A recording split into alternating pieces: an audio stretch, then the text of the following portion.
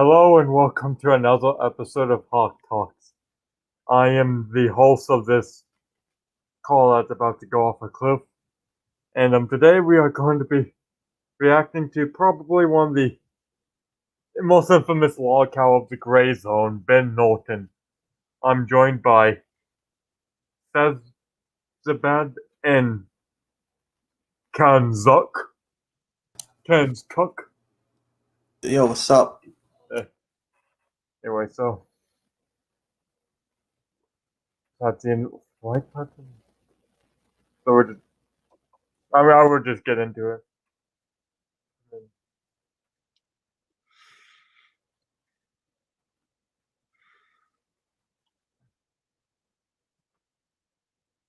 By the way, before we start this, what did you guys think of? So I came here to Colombia to report on what. Okay. So what did you think of that debate last night I did just before we started? And you saw it? I didn't watch it. I know. I saw bits and pieces. I think you held your own just fine. How do you feel you did? I feel like it was kind of a shit show, but not really a shit show, but I feel like there were a lot of ramblings on both sides. Well, no, that's what you'd expect. It wasn't exactly that kind of debate isn't exactly super structured to begin with. Yeah. Anyway. But that was a fun debate. Now it's time for the boring. That was a respectful debate. Now we're back to dunking on people. Yeah. Anyway, we interrupt dunking to bring you respect, but now we're back to dunking, starting right now. So I came here to Colombia to report on what should be all over the English language corporate media, but of course is largely ignored, and that's the largest crisis of assassinations of activists in the entire world. Colombia has the dubious honor of having the highest rate of assassinations of human rights activists, more than any other. Is that true? First of all, I don't know. I'm not sure, honestly. I think highest assassination. I define as like assassination at the hands of the government, or like what? Or perhaps at the hands of drug cartels. Or the FARC. Them too. Yeah. You said human rights workers.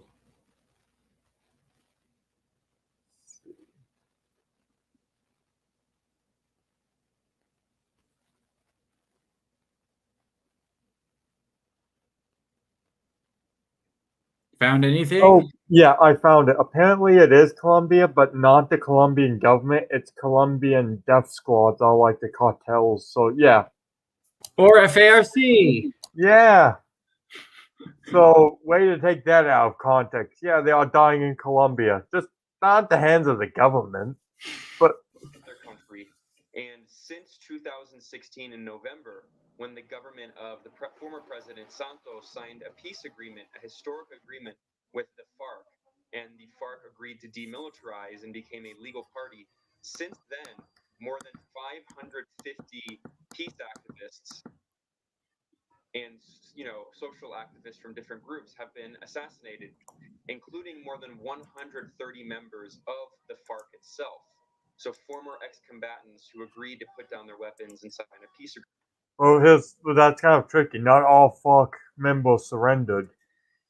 Yeah, there's still a dissident group of them that's active to this day. Yeah. And there's also the FLN, which is the Venezuelan-backed socialist group. There's that. People, the same guy loves to wag his finger at all hints of foreign involvement on behalf of Venezuela's pro-democracy types, but he probably excuses that completely when they back death squads in Colombia. Yeah. Agreement with the government. More than 130 have been assassinated, including some of their family members. So I came here to report on that. And Refugio Humanitario is an event that was over a series of 5 days that was highlighting the crisis here of assassinations, not only targeting former guerrillas from the Also, from what I'm seeing, this isn't the government that's doing the target. It's mostly right-wing paramilitary forces that I guess were just severely anti-communist, weren't happy with the agreement, or they were just acting out of vengeance because some of these guys probably killed their family, so they probably want to finish the job. Yeah, no, that's probably a big motivation for a lot of revenge killings. But of course, we won't hear it from this guy. Yeah. Communist groups, but also targeting indigenous activists, Afro-Colombian activists, women's rights activists, labor organizers, campesinos. All of these people are being targeted by paramilitaries that are linked to the government. I don't know if these paramilitary. I know there are paramilitary forces in Colombia, but I don't know if they're linked to the government. And yeah, we'd have to see if the government linked ones are responsible for any of these acts or a significant portion. Because again, that's the sort of a disingenuous thing he would put out. This is basically the Azov Italian argument they make to paint the Ukrainian state as a bunch of Nazis, essentially. Yeah, while Russia has one of the largest neo-Nazi populations in the world, and not only that, they fight alongside the Ukrainian separatists, and they also alongside paramilitaries like the Wagner Group. Wait, you know, also when I was doing research on some European parties, you know that the group for neo-Nazi parties in Europe has basically endorsed Putin multiple times. Yeah, absolutely. Yeah, no. Not only them, but established right-wing populists like Viktor Orban and the Austrian lady. I can't quite remember her name right now, but they love Putin. Yeah, because they think he's TradCon, even though Russia has the highest abortion rates in all of the world. But yeah, it's being anti-establishment. They see him as against the EU and the global order and whatever the fuck they're opposed to. Yeah. That are linked to large landowners, large capitalists, and multinational corporations. So I, as a journalist, want to shed light on this. I think Journalist in quotation marks. And lots of quotation marks. Yeah. Yeah, real journalists go on tirades about how Wikipedia is a weapon of the Western agenda. After their blog is delisted from the acceptable sources. Yeah. Real journalist stuff there.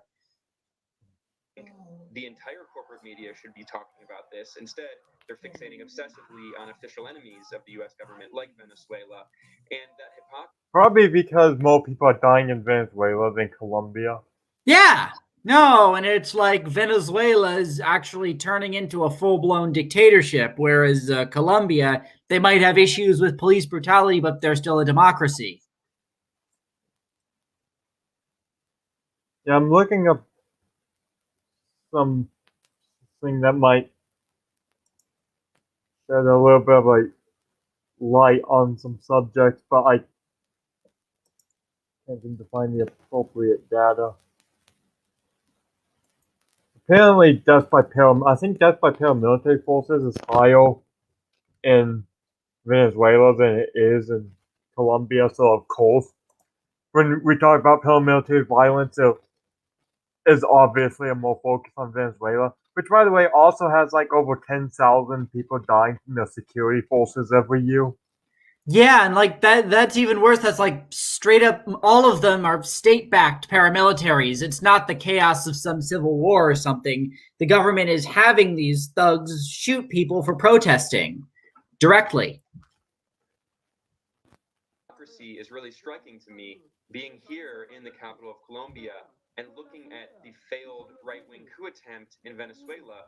There's an obsessive fixation. But wait. Juan Guaido was a social democrat. He was not really a right-winger. Yeah, no, the Venezuelan opposition, for the most part, are center-left social democrats. They're not like some far-right neo-Nazi, whatever he wants to call them. those guys probably exist in Venezuela, but they're so small, and we know they're so small because if they were larger, this guy would actually be trying to report on them. But Yeah. Really not. And like also the characterization of a coup attempt is total BS. There were millions of protesters. The opposition won a legal majority in the National Assembly in Venezuela. And it's like Guaido's approval rating at its peak was like 90%, whereas Maduro's was 25%. I think they're both in the 20s right now, but Guaido is still a little bit ahead. This had popular support. This wasn't just a bunch of rich right-wing Nazis who wanted to take back everything the socialist government had taken from them. These were people impoverished by shitty policies. Yeah, like the thing with Guaido is that I think the problem is I think he's actually too weak. He's not the type of he's not the type of person I would expect to actually be able to handle the overthrow of Maduro. Like I feel like they need stronger leadership in the opposition. Oh yes, and that's why his approval ratings have dropped, because he's failed to topple Maduro. But at a certain point, you really can't hold it against him, because Maduro still controls the secret police and the security forces and the aforementioned state-backed paramilitary squads who are still rampaging around, beating up any opposition supporters. So it takes considerable bravery to be able to lead people against that. Yeah.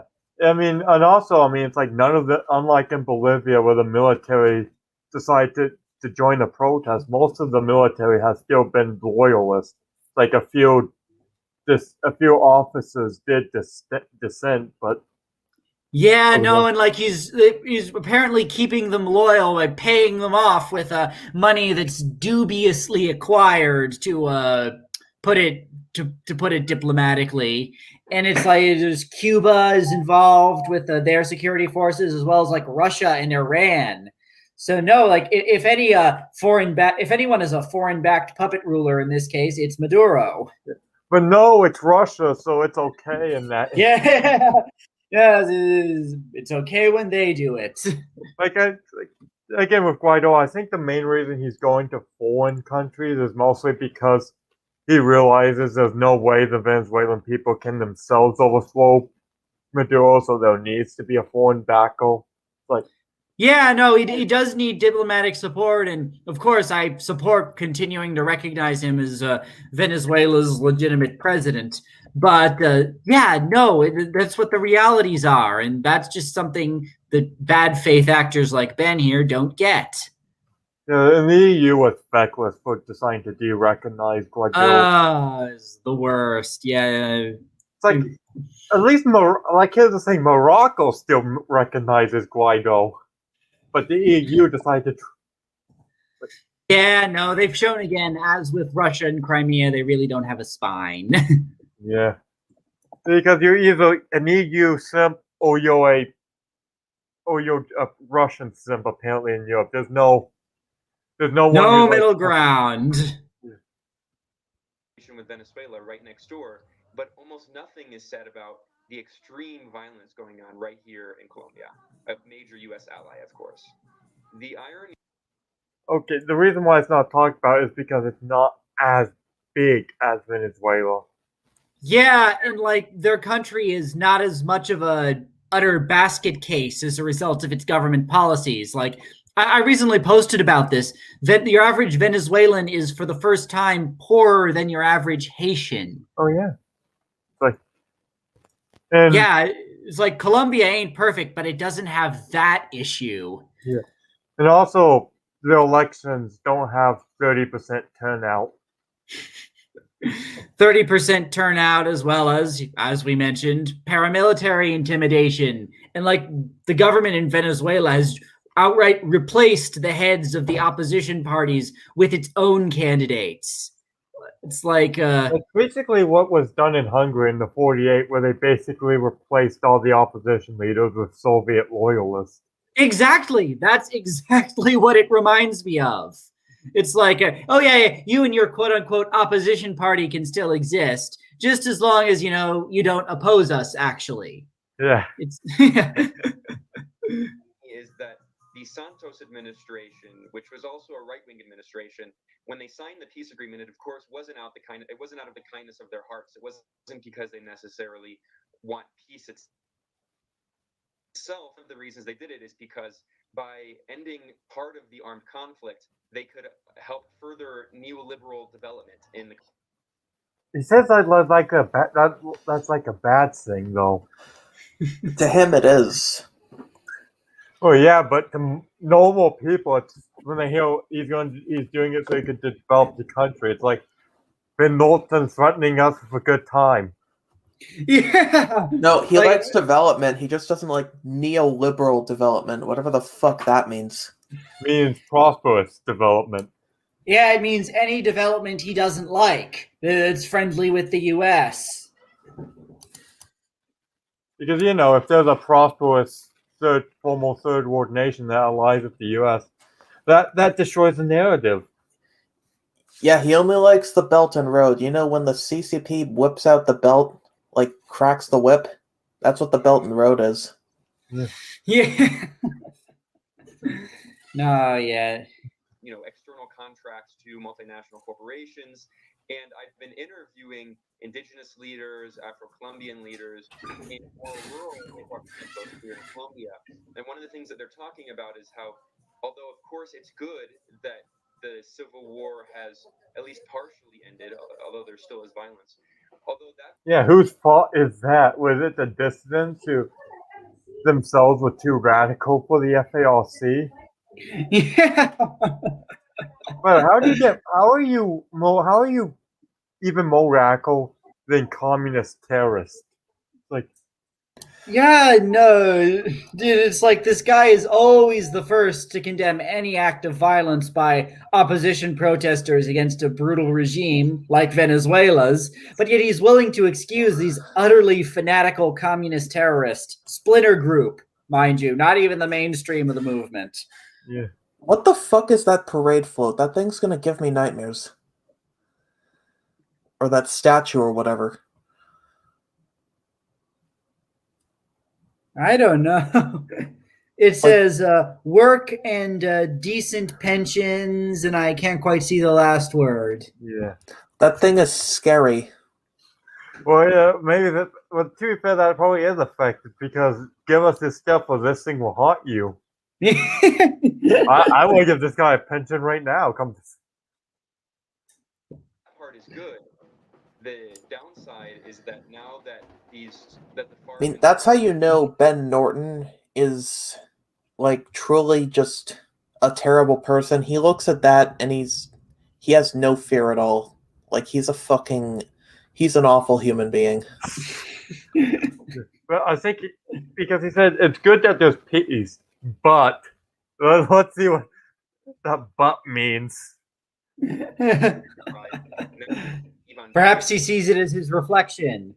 Creating its own plan de desarrollo, its own plan of development, which is a very neoliberal right-wing plan that is allowing multinational corporations to mine resources on their land, which is leading to a lot of displacement of. Again, that seems a little that would be a terrible claim, but again, you can't. Even though technically the U.S. does it with eminent domain and all that stuff, I mean, it's like, again, I think he's trying to develop the country, though, as was said, and foreign investments is the best way to develop your country. Yeah, no, and we know that if it was China doing the exact same thing, this man would have no issue with that. So Look at what like you they're doing in Ethiopia. Yeah. It's like, the 50,000 people are dead because the Ethiopians are making way into Tigray for like Chinese factories. It's like, Yeah, no, but apparently when we lend money to Colombia to help them recover, it's bad because neoliberalism, bro. Yeah, funny thing is, Ben Norton would never mention Ethiopia. But to be fair, I don't think many people mention Ethiopia because, like, it's criminally uncovered in our news cycles. It's like I think it's actually right now the deadliest conflict as of this year as of right now. It's like Oh yeah, deadlier it's than awful. I've seen like footage on Telegram from it. It's like it seems like it's going to be Rwanda 2.0 or something. and there's also Myanmar. There's Myanmar, which our and friend Ben here has defended. the Afghanistan pullout, which could lead to a rise in the Taliban. I mean, There's so much, just so much. You really can't blame it all on neoliberalism or the West. yeah, no, because it's like America is only really engaged in one of those, and of that, the main reason it's probably going to see more trouble is because we're leaving. Yeah, it's because we're not going to be involved, or at least directly anymore. We really do need to keep supplying the Afghan government with arms and possibly even provide air cover. Yeah. Indigenous, Afro-Colombian, and Campesino Colombians here. Also, we have seen the massive increase in monoculture production. So the thing was that these, guerrillas, the FARC and others, were essentially defending the land from multinational corporations. And now that they've demilitarized, And they were basically killing innocent people, but as long as people don't make a profit off it, it's okay. Oh man, ugh. Neoliberalism is basically the buzzword for. It's basically the modern version of Cossack. Yeah, it's anything they don't like is neoliberalism. Whereas when China does a lot of this exact same stuff that they hate, but they love it because it has a communist party as the official leading party. Yeah. Like, if America declared itself communist and did all this stuff, no one would care. They would, or at least they wouldn't care. We'd probably care a little bit, but Yeah, these people would not. multinational corporations have free access to exploit this area, and it's leading to not only violence but displacement. And in that way, a lot of people are, they're excited about the potential of a partial peace agreement, but they keep saying that the peace has not gone far enough. The government has not fulfilled all of its obligations under the already existing agreement, and the Duque administration is even more right-wing than the Santos administration and is following in the footsteps of the far-right Uribe administration that came before it. oh god, he does all these right-wing buzzwords. Like, far right.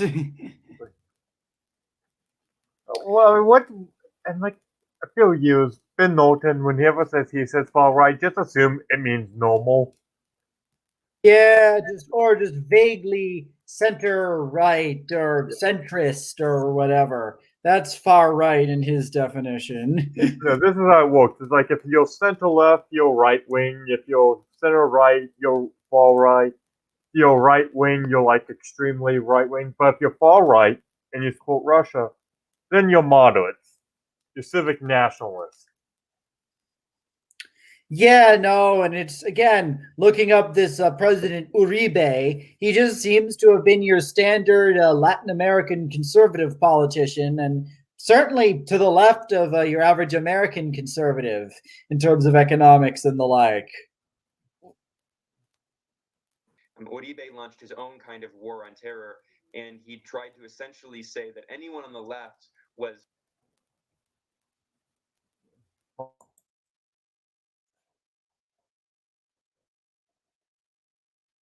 What's going on? What's happening?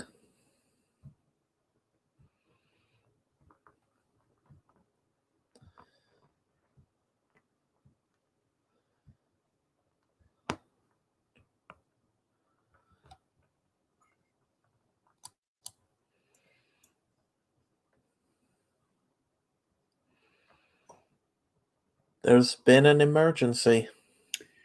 Houston, we have a problem.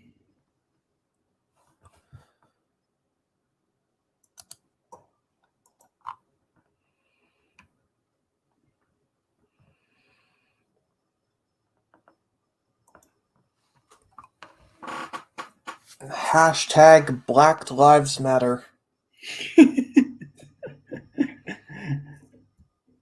blacked out lives matter. No, blacked, as in blacked.com. Oh gosh.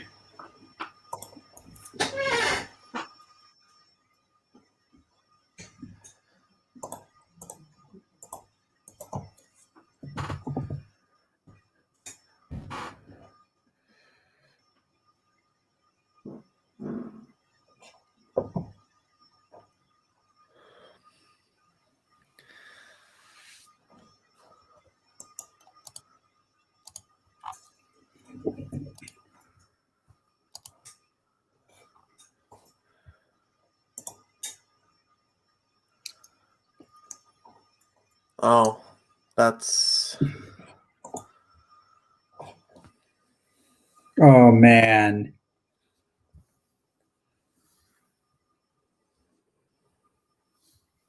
Well, we could cut this short if you want time to, Yeah, I mean, oh, That's sad. I'm so sorry to hear.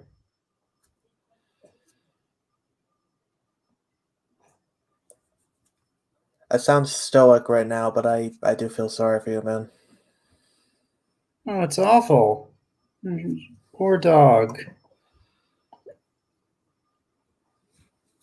Oh.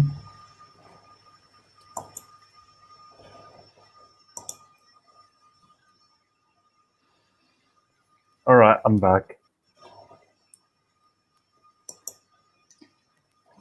You guys still there? You want to cut the stream Really? short, dude? Oh wait, I had you guys muted. That's why. Yeah, no, it sounds like you're going through a hard time. You want to end this early, or?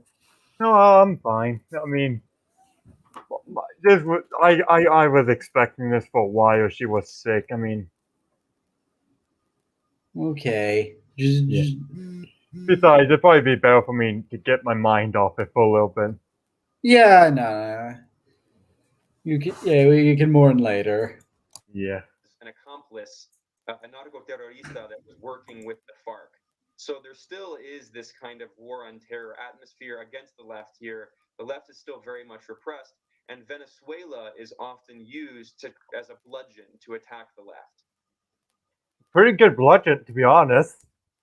Yeah, given the crisis it's been going through. Yeah, again, CIA is responsible for putting the Chavistas into power so they can make it suck so much and use it as a bludgeon. So in the past election, in which Duque won, but he actually did not win by a large margin. It was much closer than you would think. At least they won by a margin. At least, yeah. Unlike Maduro, who disqualified his major opponents and had his supporters go and threaten opposition voters who boycotted the election in response. Like, if you look at like the turnout elections from elections that were legitimate, and then the next elections, the ones that came after the crisis, there was like for some comparison in 2013, which was Maduro versus his opposition, it was less than 2 points apart. The turnout was like 70 something percent, and then in 2018, the next presidential election, the turnout got as low as 17%. Yeah, because people were boycotting, because the conditions were so flagrantly unfair in which it was being conducted. And also, a democracy index ranks it as an authoritarian country. Yeah, there's that too. And not only all this, but looking at the recent Colombian presidential election results, it was not close. It was 54-41 in favor of the current president. Yeah, 13% margin. It's practically a totes country. Yeah. Oh gosh. So no, Ben here can't even get that right. Also, like when you look at like the results, Maduro actually lost like 1.4 million voters from the two elections. Yeah, no, and that does raise some concerns. Like, could the opposition have won if they ran a strong campaign? But that goes back to those paramilitary thugs we mentioned. Maduro has the ability to manipulate the election in his favor if the opposition competes in good faith. Also, here's a funny fact. It ranks below Oman in Democracy Index, and Oman denies being a democracy. Oman is still officially an absolute monarchy.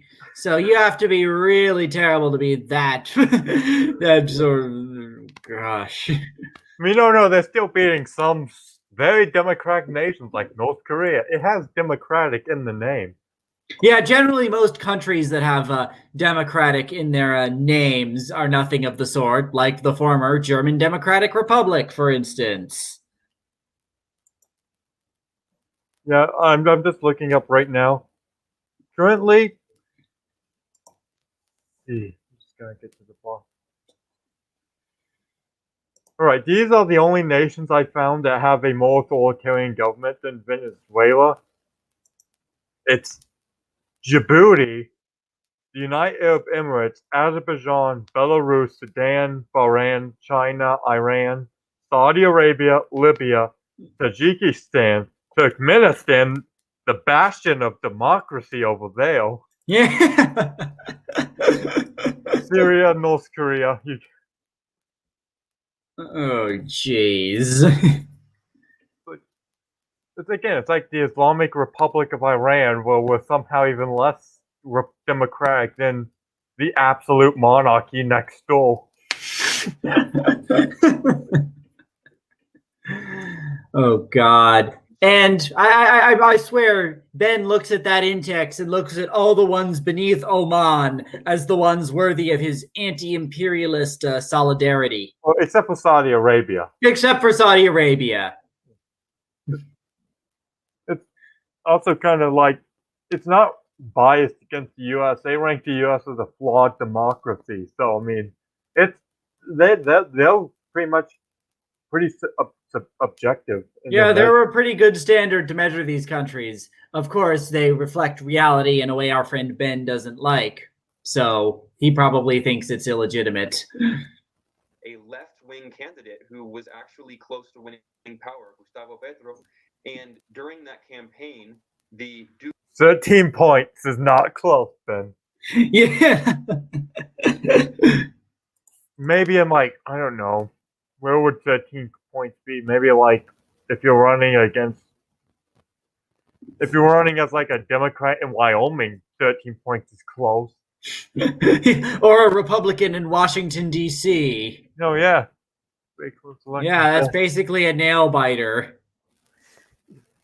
Duque campaign and the corporate media tried to portray anyone who was against Duque, who was against neoliberal austerity and against the right-wing policies of the government, as supporters of what they called, hilariously, Castro Chavismo. Yeah, that's usually what you try and do with campaigns. You do you don't lie, you stretch truths, but you don't. Yeah, no, it seems like the leftist candidate in that election was just a standard social democrat who wasn't a Castro Chavista. It's like, yeah, you're complaining about politicians lying. Wake up, it's Tuesday. They do that a lot. Yeah, welcome. In other news, water is wet. That's kind of what they do. Welcome to politics. Yes, just look at our recent president if you want to see that. In Cuba and Chavismo.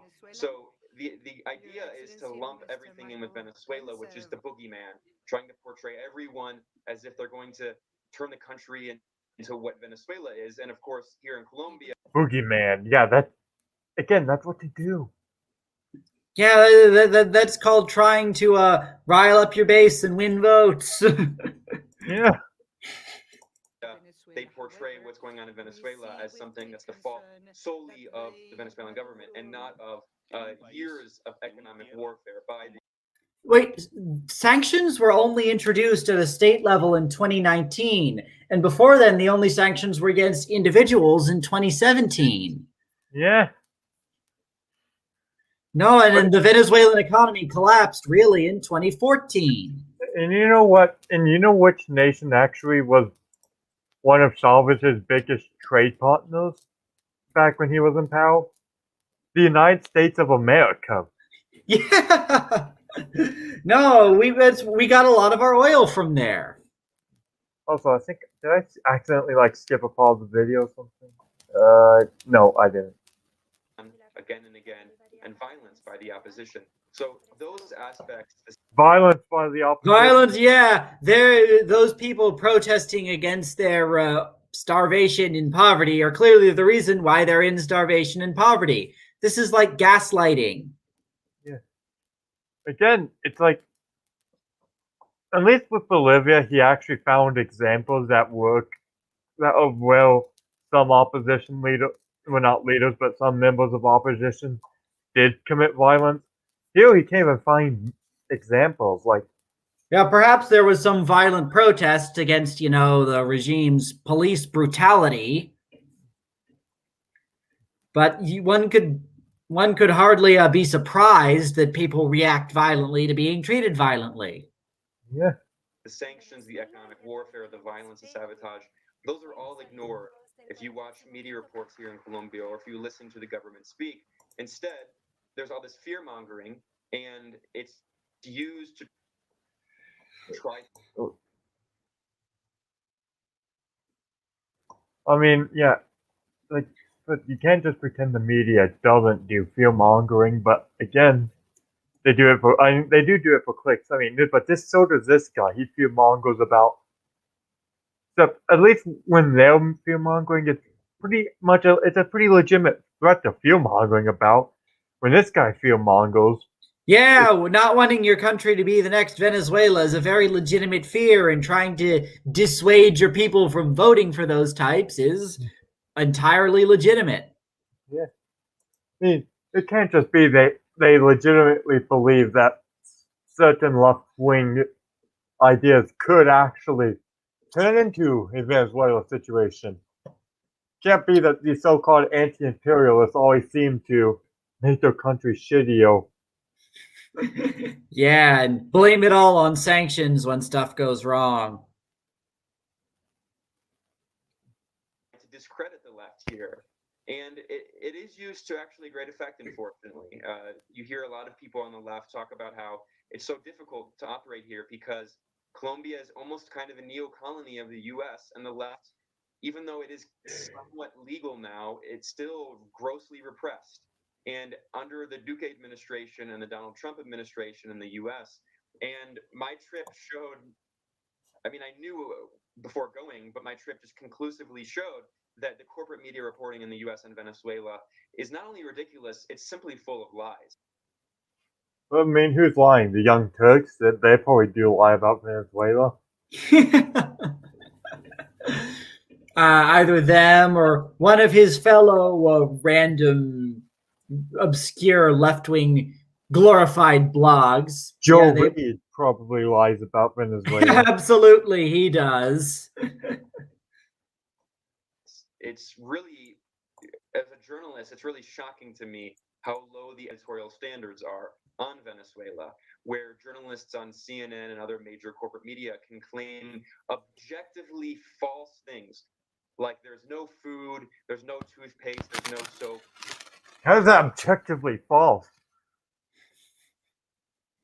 For most people, that is true. Yeah. No, has this guy been to I think he's been there, but was given one of those entirely guided and scripted government tours where he was shown the nicest parts that the government reserves to be shown to foreigners, and came away with, this is amazing. It's absolutely, what the fuck, man? I think he actually is in Caracas. According to him, he's in Caracas, but I think he's one of those nice hotels where it's where they have running water most of the time. And yeah, no, that's by no means representative of your average Venezuelan. funnily enough, isn't this what they were complaining about what Cuba was like before Castro? Yeah, it's exactly like that. and Venezuela. There are all of those things. Now, of course, there are difficulties in the country, but why are there difficulties? Those difficulties are largely because of a campaign of. Guys, I think I'm gonna head out. Thanks for having me on. See ya, Kenzik. Okay, see ya. But he mentions economic warfare again. He did the meme. It's like, wait, why is it that all these socialist countries? It's like, you know how many nations have been able to handle economic warfare from the U.S. way better than Venezuela? Well, which ones? Like, I can't really think of any off the top of my head. I know we did a few. Cuba is better than Venezuela, even though it's more authoritarian. I mean, if you had to live in a nation that had the standard of living of Cuba or the standard of living of Venezuela, it's still pretty impoverished, but there's just not the same level of utter social collapse as Venezuela. Yeah. And it's like a catch-22. This system is better than the West. Okay, it sucks, but it only sucks because the West won't trade with it. These people can't make up their minds. Like, again, Rhodesia had all but four nations sanction them, and they managed to diversify their inner economy, and that kept them going for a lot longer than Venezuela. Yeah. In fact, Zimbabwe's economy was only collapsed a decade or so after the end of Rhodesia. And it was because of these deliberately shitty policies by Mugabe to redistribute land, and it just caused utter collapse. That was not because of sanctions. Anyway, also, it's kind of funny how, IMF, when Zimbabwe implemented IMF reforms, it actually did help the country, but these people hate the IMF too. Yes, rather better to live in poverty than prove the neolibs right. Am I right? Waged by the U.S. of crippling sanctions from the Trump administration, and you can listen to the Trump administration itself and hear the colonial rhetoric that they're using. They're quite open about their disdain for not just Venezuela but the Venezuelan people. Complaining about. Go ahead. Yeah, but complaining about Maduro killing his own people is not an attack on the Venezuelan people. That's not neo-colonial at all. And as we already mentioned, the economy had collapsed before any sanctions were introduced. It was because their policies of excessive spending and over-dependence on oil just pushed them over the top. And it's just a very convenient scapegoat. Oh, people saying mean things about us. That's why we suck. And no, they were already really deep down the shitter by the time Trump introduced any state-to-state sanctions. Yeah. So, for instance, John Bolton, the neoconservative national security advisor that Trump appointed, who's an architect of the Iraq War and has the blood of 1 million Iraqis on his hands.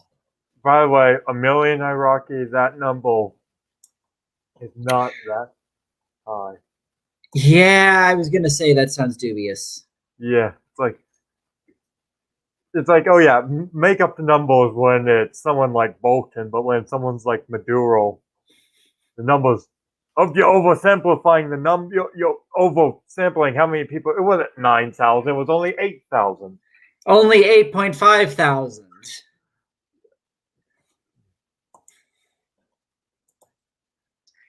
Also, again, John Bolton, someone he clearly has that lives in his head. Rent free. He has invoked the Monroe Doctrine, saying we are not afraid of mentioning the Monroe Doctrine. This is the 200-year-old colonial doctrine that the U.S. is now reasserting. The Monroe Doctrine was an anti-colonial. Yeah, no, it was we would intervene if Europe tried to take back any of their colonial possessions in the Americas. We were defending those countries, not colonizing them. Funny thing is, since Maduro is a puppet regime of Russia, essentially, we kind of thought the Monroe Doctrine is actually legitimate.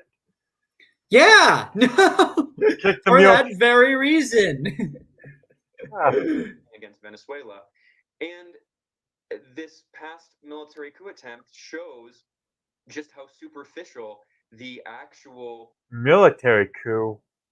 Most of Yeah, the military is on this. military. Yeah, Guaido has a lot of popular support, or had in 2019 a lot of popular support, but the military mostly stayed loyal to Maduro. That's why he's still in power. Yeah.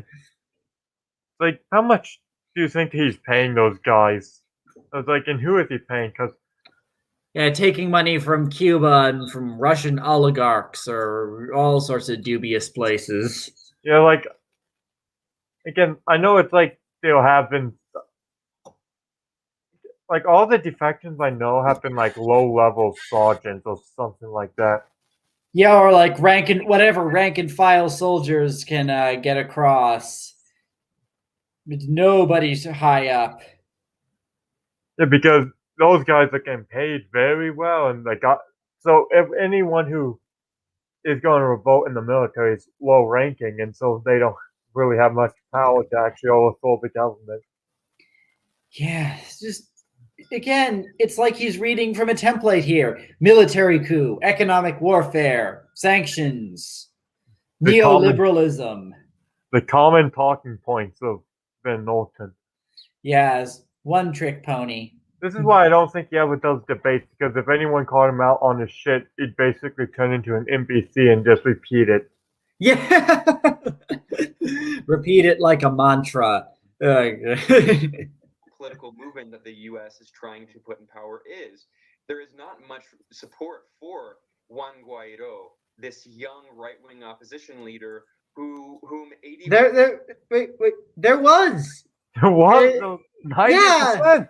90 freaking percent approved of him versus like 25% for Maduro. Now the numbers are respectively 24 and 14% last time I checked. But yeah, there was a lot of support for him and he was not right wing. And he's still more popular than Maduro. Yeah, no. Even with his popularity having fallen, he still manages to outperform Maduro. It was really not popular. It's like I remember seeing all these things like, oh, they're doing the March Against Imperialism protest in Caracas. It's like, yeah, a lot of government workers took the day off. Yeah, that's an official government-funded and staged rally. I wouldn't be surprised if a lot of the people were there under threat of their wages being cut or being fired. That's the sort of thing that communist countries did a lot back in the day. Venezuelans had never even heard of before he self-declared president on January 23rd. He was the head of the National Assembly. Yeah, it was legally next in line for the presidency. Yeah. And since Maduro's election was completely illegitimate, they voted that his term was, they voted to nullify his presidency and place Guaido in his place. It was entirely according to the Constitution. Yeah, the only reason why Maduro didn't go away is one, he didn't have the power to remove him physically, and two, Maduro pretty much had court packed the Supreme Court, and so there was no way they could just null it. Yeah, no, it's that's part of how he managed to circumvent when the opposition won control of the National Assembly. He simply stacked the court with his followers, and they voted to nullify the parliament's powers and pass them on to themselves. And of course, he did that not only at the request of, but really at the command of the U.S. government. We have reports in mainstream corporate media outlets acknowledging that the U.S. and other governments like Canada and right-wing governments in Latin America had been plotting this coup attempt, and they were the ones who chose Juan Guaido as. I'd like to see what those sources are. It sounds like bullshit to me. Yeah, especially since that he was next in line for a few years before the coup even started. It's like, yeah, no, it's like the National Assembly has a rotating presidency, and as the leader of his party, it was his turn to take over as Speaker of the Parliament. It wasn't some hand-picked candidate. He was the leader of his party and was just thus natural for that role. Their supposed coup leader. Well, we saw this past week that he could only get 25 soldiers to join him in this failed coup. Well, it's yeah. Didn't he just say it was a military coup? Yeah, he had millions of protesters. Hang on, let me look this up. 2019 Venezuelan protests. Also, real discipline in the Venezuelan military right there. This guy on his phone. Yeah. So sending a Snapchat right in the middle of a bloody repression. Yeah. Yeah, again, that kind of shows off though how much the military police are paid because no one else probably has a cell phone in that country. Yeah. No, and looking it up, it seems like 1 million to like 2 million protested in January 2019. So, well, but Ben is mocking it all because only 25 soldiers defected. Yeah, of course, only 25 defected. Defect because it pretty much leave you a somewhat good paying job or. Yeah, it was an obvious choice for most of them. Yeah. And in some regards, you can't really blame them because they have their family to feed and look out for, and so sometimes they have to put their own interests first. But yeah, no, so it makes total sense. But here's our extremely bad faith friend here interpreting it as some sort of a gesture of support. Or God, he just so disingenuous.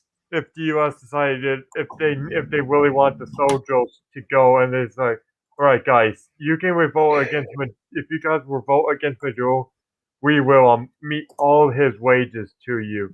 And since it's Venezuela, they probably get paid ridiculously low, so the U.S. could handle it. And yeah, Ben would accuse it of being imperialism, but it's like. Yes, it's imperialism when we help people overthrow a tyrannical government. Oh, it's always the case with these people. Attempt. I mean, it was frankly embarrassing.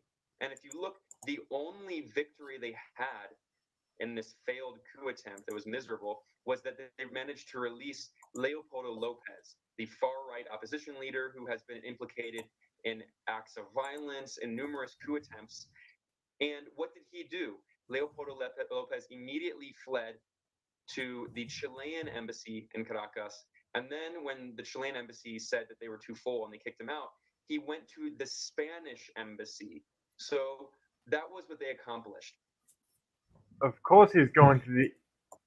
So a guy who just recently got out of jail from a tyrannical government is fleeing to embassy because he's probably afraid for his life. What are you trying to prove? Yeah, that's natural. They were going to arrest him and throw him back in the slammer for opposing them. And they keep repeating this again like a mantra. Far right, right wing. His party is a member of the Socialist International, for Christ's sake. Yeah. And again, it's like, of course, Guaido can't accomplish anything. Maduro has such a tight hold on the country. It's like... Yeah, and on the military and police, most importantly of all. That's like giving him a rock and expecting him to, like, fight Godzilla. Yeah, go on. Can't be so hard. Just throw it in his eye or something. The U.S.-backed coup mongers did not take any territory because they don't have popular support, and there were virtually no defections. And all they accomplished was freeing this elite oligarch right-wing opposition leader who fled to the embassy of Spain, which colonized Venezuela and large parts of 200.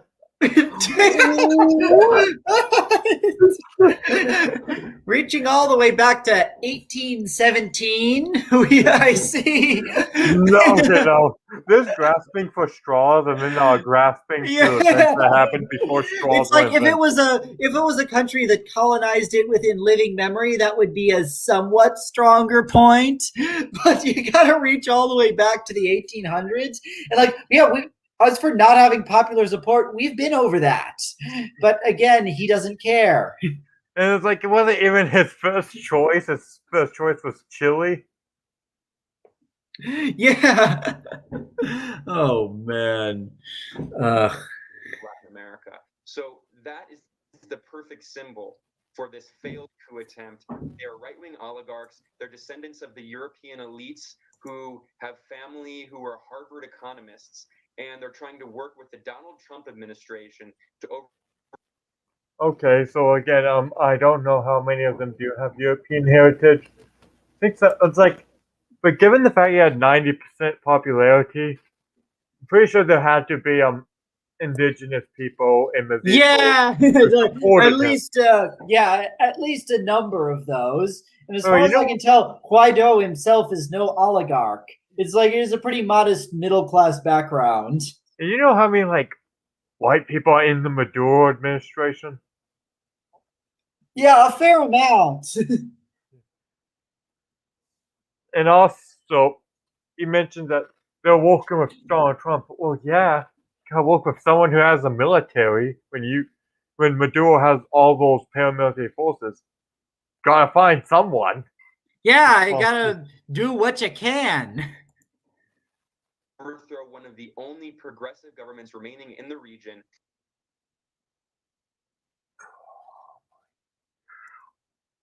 That's what we're calling it. Progressive? Um, that's what we're go. The Sultan of Brunei is more progressive than this guy. And it's like reaching back to old Soviet propaganda from the 50s where they called everyone on their side progressive and anti-imperialist as a buzzword. 70 freaking years after such things were relevant at all. And they're working with the far-right government here in Colombia that has the highest rate of assassinations of human rights activists, and with the fascist government in Brazil, which is also extremely violent. I know Brazil is far. I know, like, it's safe to say Bolsonaro is very right wing, but I wouldn't say he's a fascist. Like, I mean, And not in the proper sense of the term. Like, he definitely, like, what the reason why people call him that is because he's expressed some support for the old military junta that ruled the country in the 60s and 70s. so again, that's actually not that low. They actually are quite a few Brazilians who come out in support of that. He's not the only one. Yeah, no, it's yeah. Like, according to opinion polls, a significant portion say that. Yeah, so yeah, it's again so hypocritical to condemn him and support Maduro.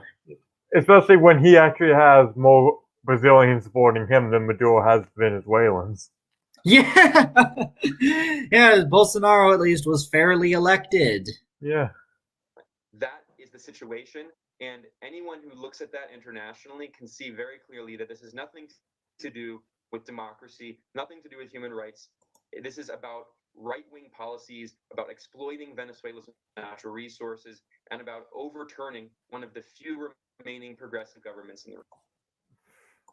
Well, I think we have man. different definitions on Progressive and far right. Again, these are mantras for him. He just repeats them as buzzwords without really any care for any objective meaning. We have more videos on Venezuela. Also, funny thing is, when you look at Ben Norton Venezuela, I went through some of the first few episodes, some of the first things that popped up. This stream popped up. Yeah. Hey, we're famous. I'm Yeah. glad to see we're getting at least some views. Anyway, this one is from Russia Today, so it's probably going to be worse. Oh, yikes.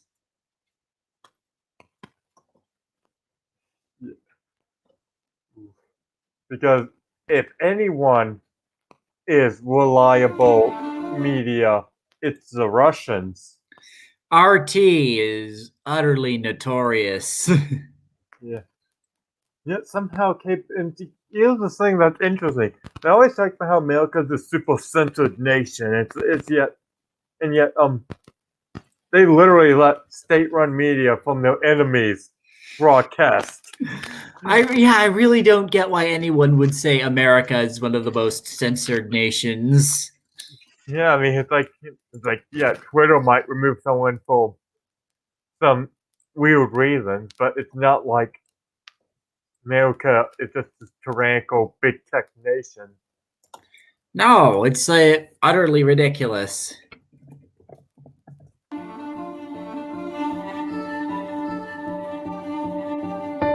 Welcome to On Contact. Today we discuss the U.S. assault on Venezuela with reporter Ben Norton. Reporter assault. A lot of quotation marks should probably put in the script. Yeah, I think that's. I think, yeah, big if on that one.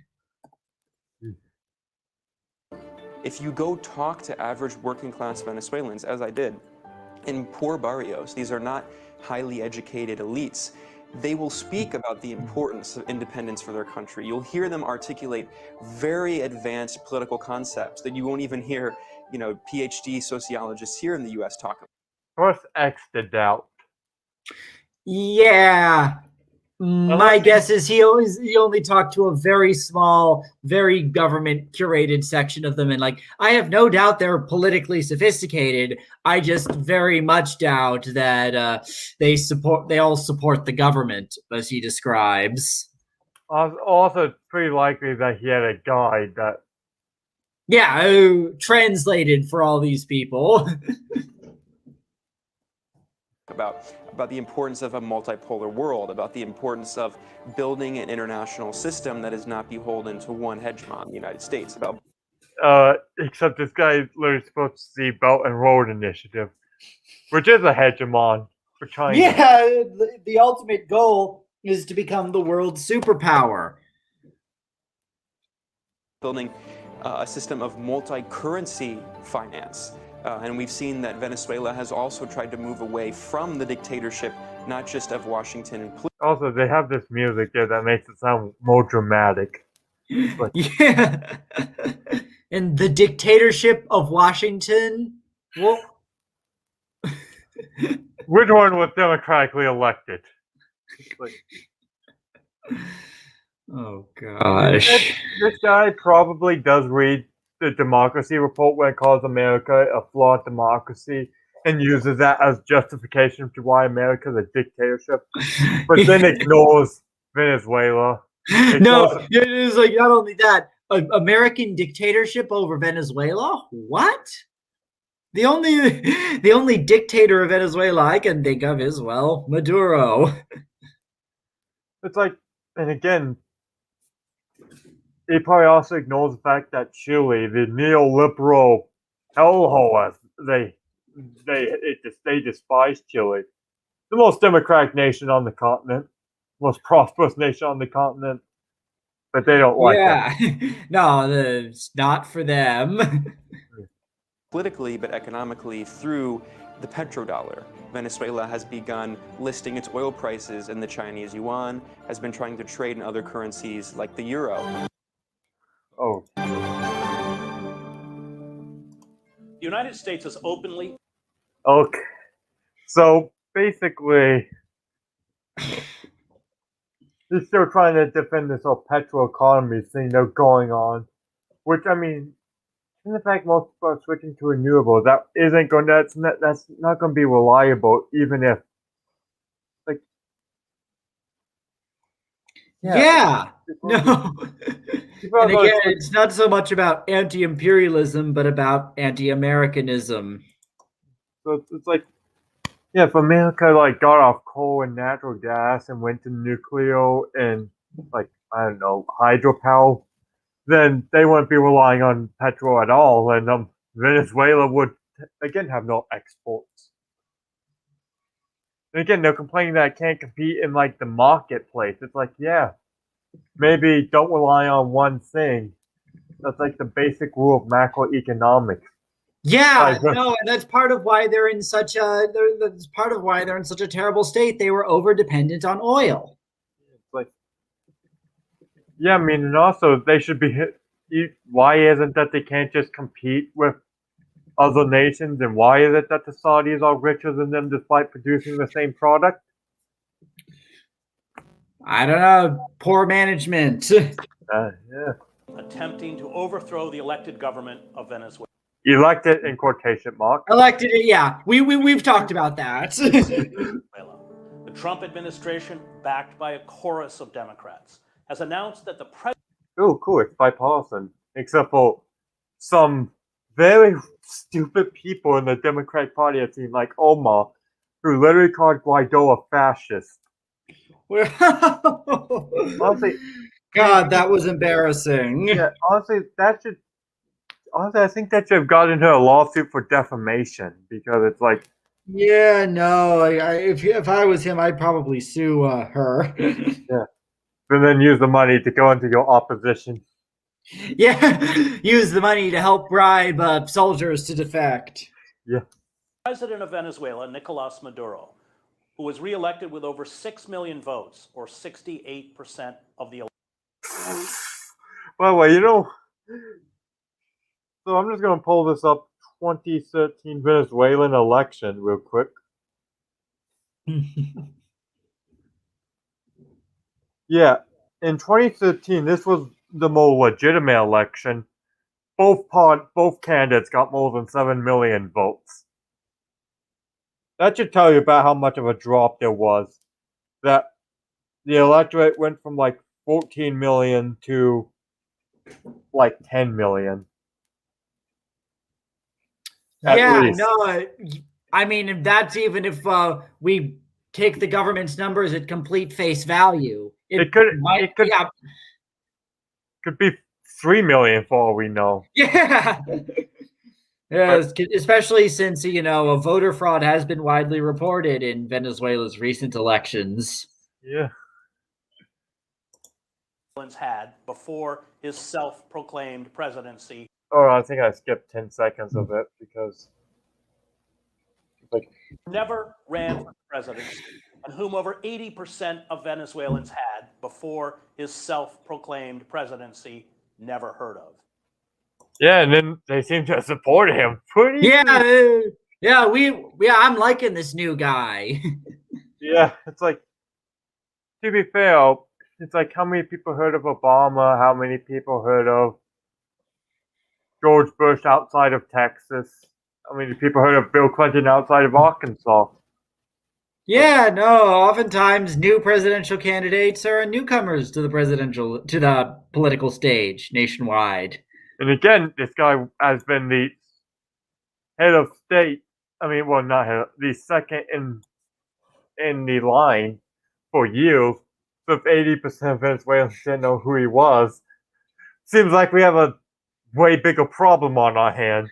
Yeah, and we've already, as for the guy's other point, we've already talked about how he was the legitimate successor. We don't think we need to go there again. In this Alice in Wonderland world perpetrated by Washington, Maduro is a dictator, and Guaido is a standard bearer for democracy. Yeah, pretty much. Yeah, that's pretty much right. Maduro, considering that Maduro by this point had already nullified illegally the power of the elected National Assembly and set up a quote-unquote constituent assembly comprised entirely of his supporters. I mean, think the assessment is pretty fair. Yeah. Yet no matter how true absurd the official narrative is about Venezuela, just about everything the American press says about the country is wrong. Why?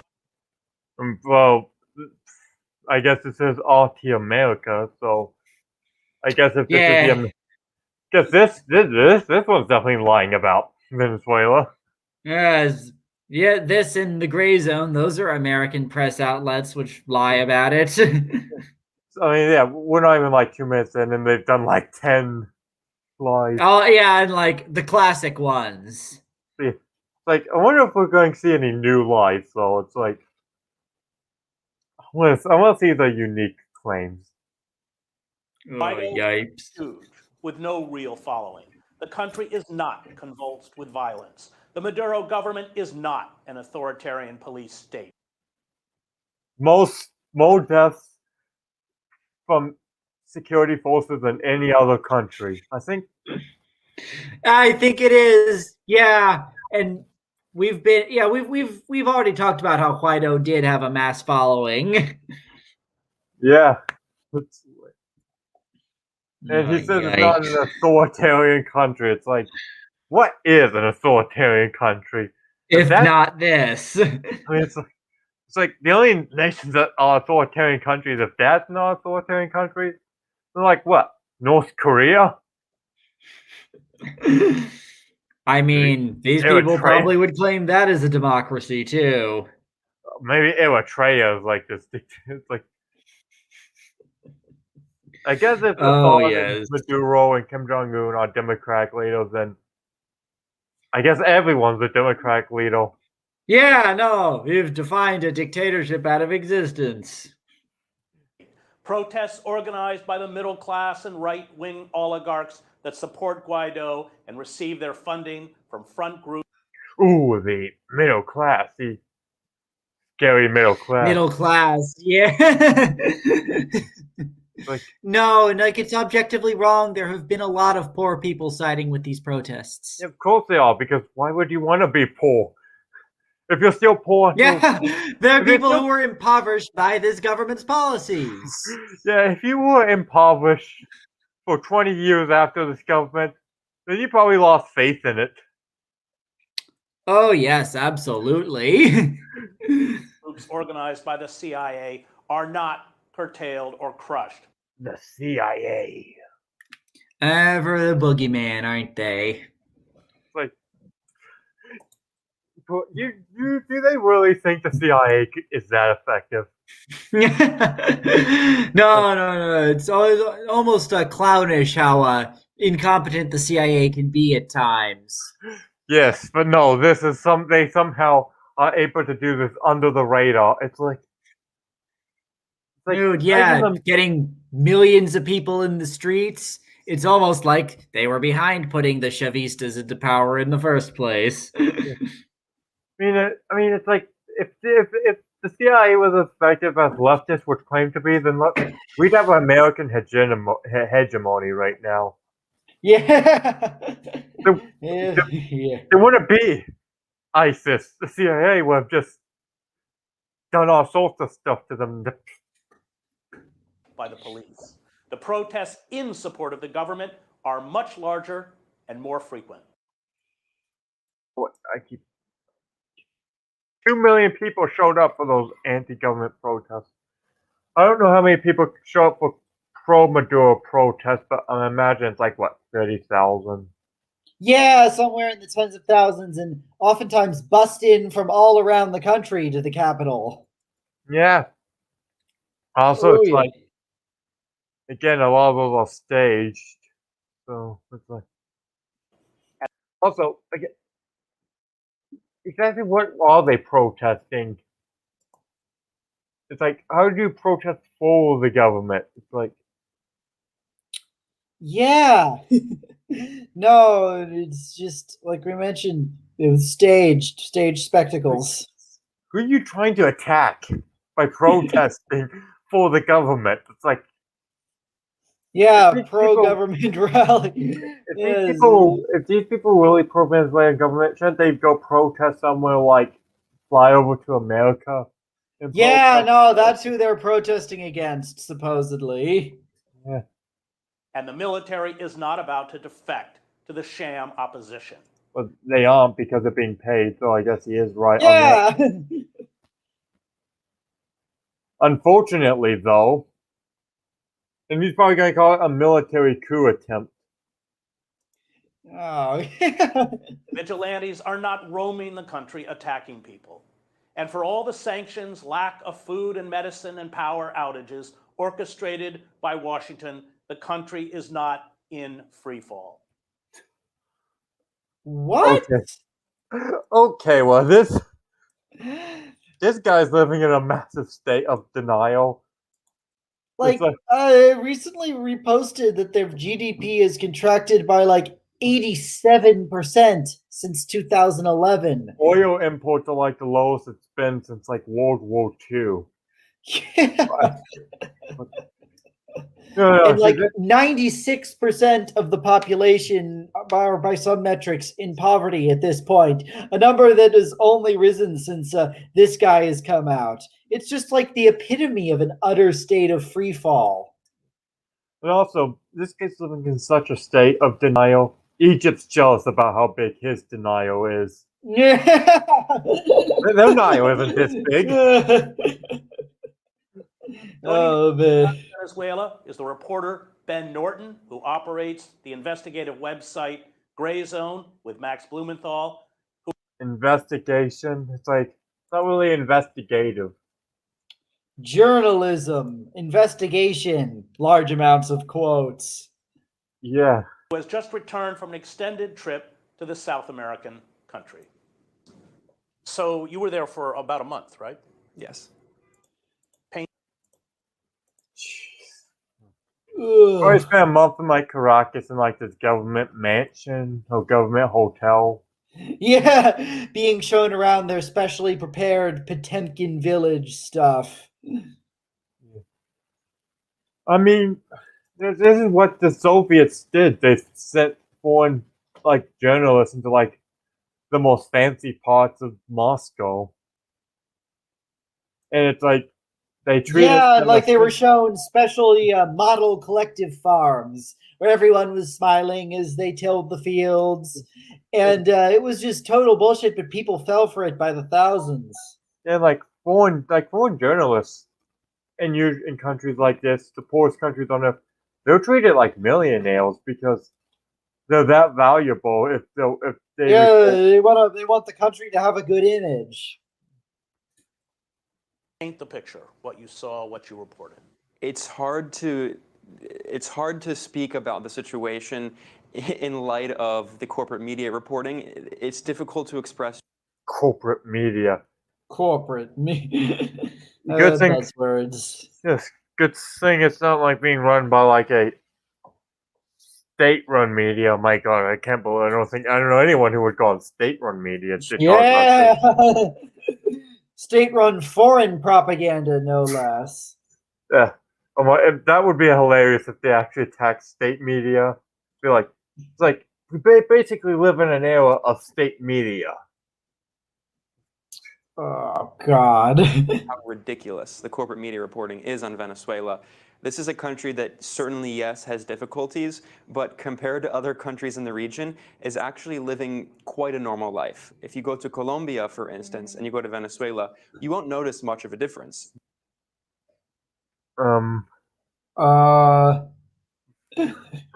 Well, I guess those Venezuelan refugees to Colombia have been lied to.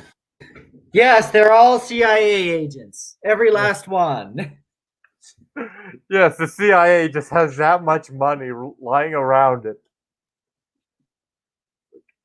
Yes, they're paying all these people to the country and say how shitty it is. And I mean, yeah, I guess if you travel to a really nice part of Caracas and a really nice part of Bogota, there probably isn't much difference. Well, imagine if it's more like if you go to a really nice place in Caracas and a very terrible place in Colombia. Yeah, there's probably no difference. Probably more. Yeah.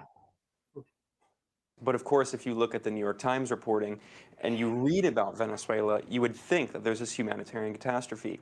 I was not able to see. Yeah.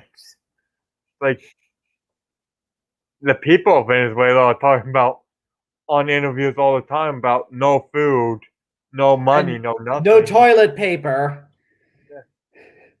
Like, and these people honestly don't think that if something bad happens in the government, no matter what it is, the people are just going to blame the government almost all the time.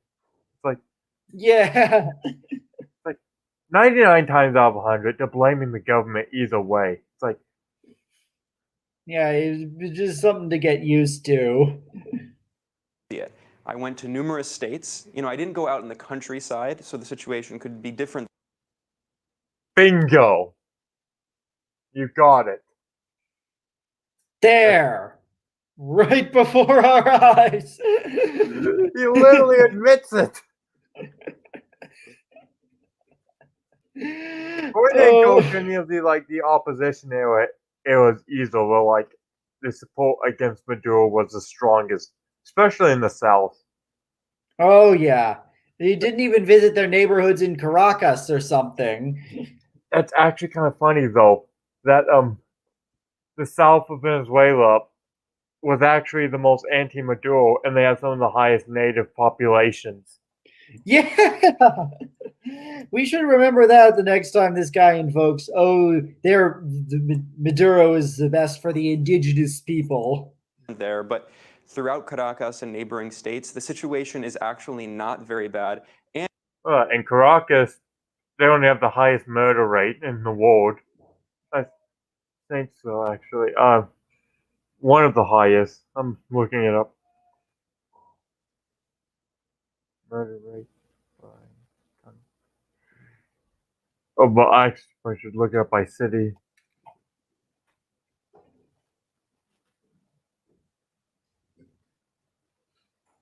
Alright, so, oh yeah, look at this. Caracas, number 12. The 12th highest crime rate in the world. I mean, to be fair, Baltimore's above it, but Baltimore is definitely a cesspool, so. Yeah. Yes. Everything normal, nothing to see here. a few different things. One, that the government is trying to do what it can to push back against some of these difficulties. And two, there is a major popular enthusiasm from the grassroots of Venezuelan society. The Chavista movement has actually transformed society from the grassroots level. We're talking about Hugo Chavez, the former president. Exactly. Left wing. Again, they talk about how Venezuelans support Chavez before everything went wrong. It's like something changed. Yeah, because Russian- everything went wrong.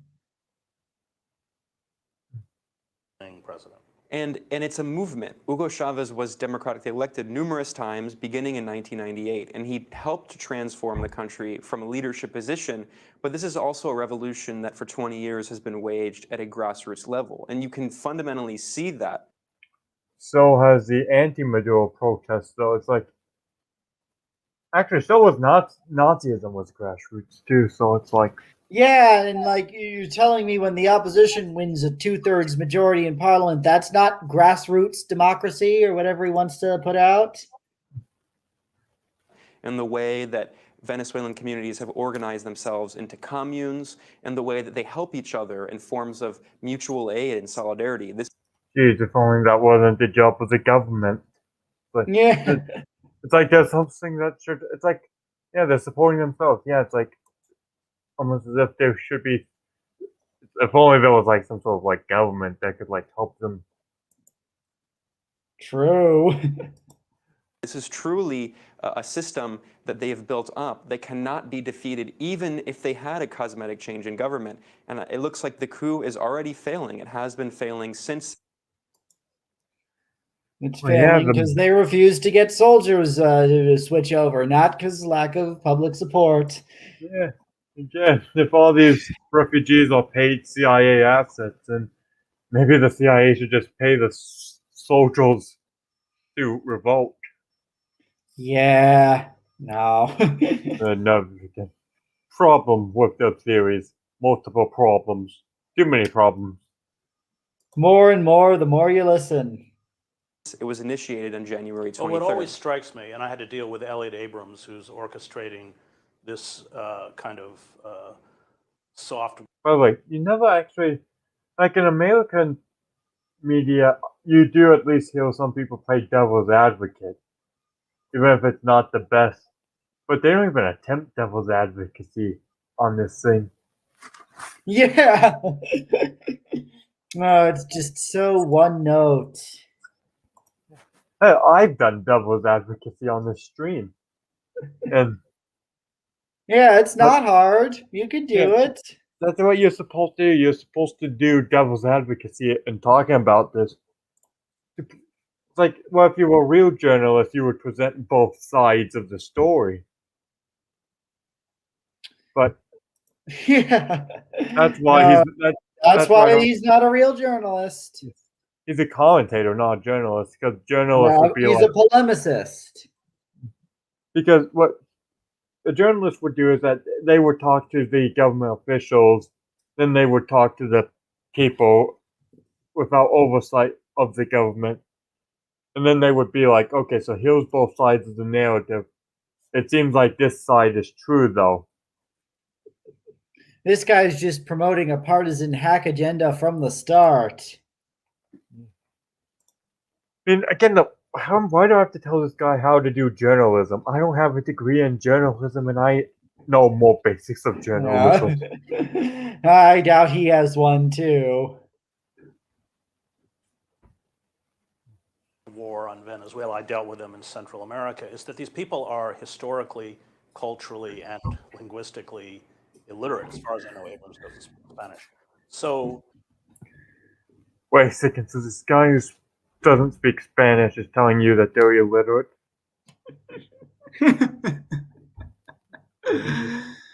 Oh, Looking, standard stuff.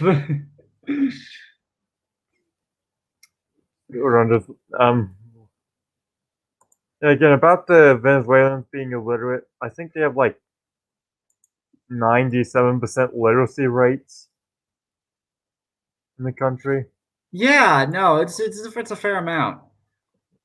And that's not because of socialism, that's just because they have always had a historically high Yeah, they literacy. were rich. Yeah, they were one of that region's wealthier countries. there is a long tradition in countries like Venezuela, just as there was in Iraq with the Ba'athist, of a deep distrust for U.S. imperialism. Wasn't that deep though in Boston, Iraq, in the sense they did have somewhat. It wasn't really an alliance. They had agreements with the U.S. and was selling them oil prior to Kuwait. Yeah, and we were helping them against Iran. It's like not really a massive distrust when they only start distrusting them after they invaded one of our allies. Yeah, no, it's just, and using the fucking Baathists as your example, given what they did to the Kurds. Yeah, again. Yeah. In the DNA of Venezuelans. Ian, what does that even mean? This is like race science stuff. It's in their DNA to oppose America. What? Like, they were one of the most pro-US countries for the longest time. It's like, no joke, when the nation was first formed, they wanted to form a union with America and every other country in the region. Yeah, and like your average Venezuelan has really nothing against America, as far as I know. Yeah. Like, over a third of the nation supposed America invading them. That's how much they love the US. Of course, that's all just CIA propaganda or whatever. And not only is it a recent development, it goes back to the days of Simón Bolívar. Yeah, all the way back, right. And what's interesting about this process in Venezuela is it has always been rooted in this kind of indigenous history. Hugo Chavez, the president, before Nicolas Maduro, extremely popular. Even elements of the opposition have to pay lip service to Chavez because he's just a demigod. He's so popular. Really? Because the opposition is explicitly anti-Chavez. Yeah, anti-Chavista. Yeah, like they removed his portrait from the National Assembly when they gained a majority. Again, journalism, Ben Norton. You should try it one of these days. Yeah, try actually being a journalist. Even, again, among more moderate elements of the opposition. Explain why, what he did, and then we'll talk a little bit about what the U.S. Oh, Ben Norton could just use Google. He doesn't even have to use journalism skills. Yeah. Oh, but Google is run by the CIA or something. Yeah. U.S. is doing. Talk a little bit about how he transformed the country. Well, part of what I was going to say is that Chavez stressed his indigenous and African ancestry. He was one of the first. That's like Morales. They just used identity politics. That's nothing anything new. That's always Yeah, we do that in the U.S. Would they do that everywhere? Well, minorities aren't being beaten. That is. Yeah. Exactly. They don't do that in Syria. I know that. don't do Oh, that in absolutely China. not. Yeah. Exactly. This is a country that has been controlled by a largely white European, ultra-rich elite. By the way, you know that I'm just gonna. I know I'm googling a lot during this, but when you look up the hold on.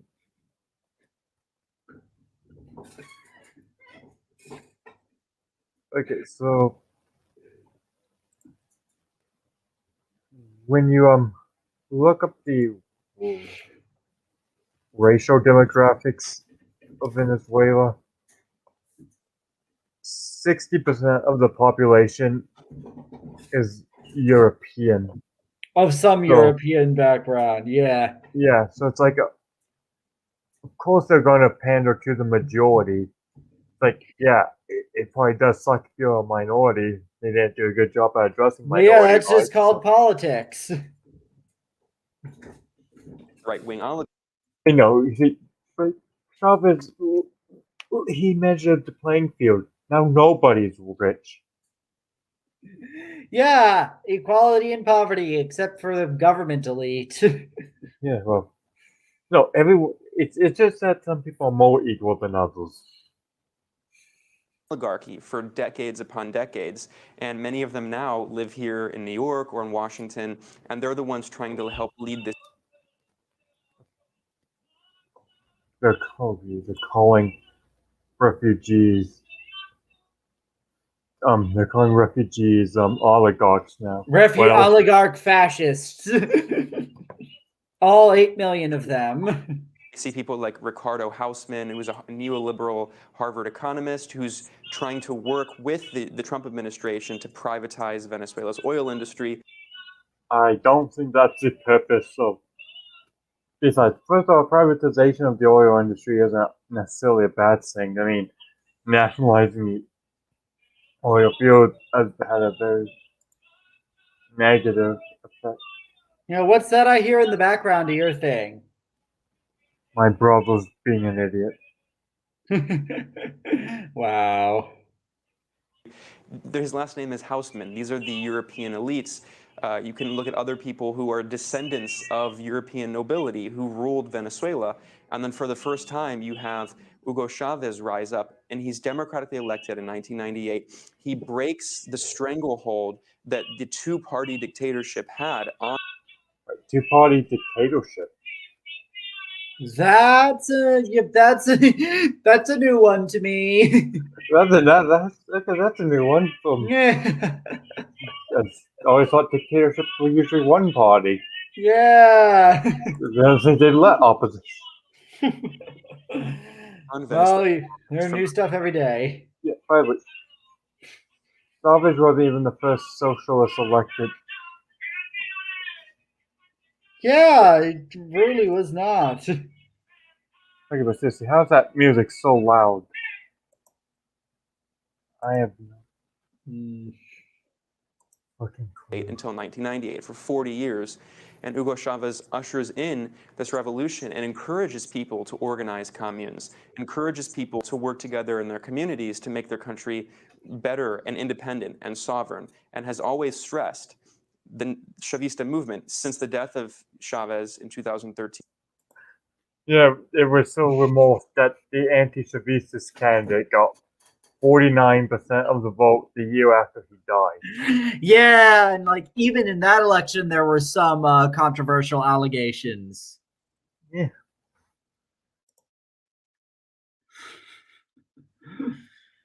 Has convinced the importance of those points, independence and sovereignty. They have supported that at the United Nations, where the foreign minister, Jorge Ariasa, is working on... Well, except for the Uyghurs, they don't get sovereignty because they support China's internment.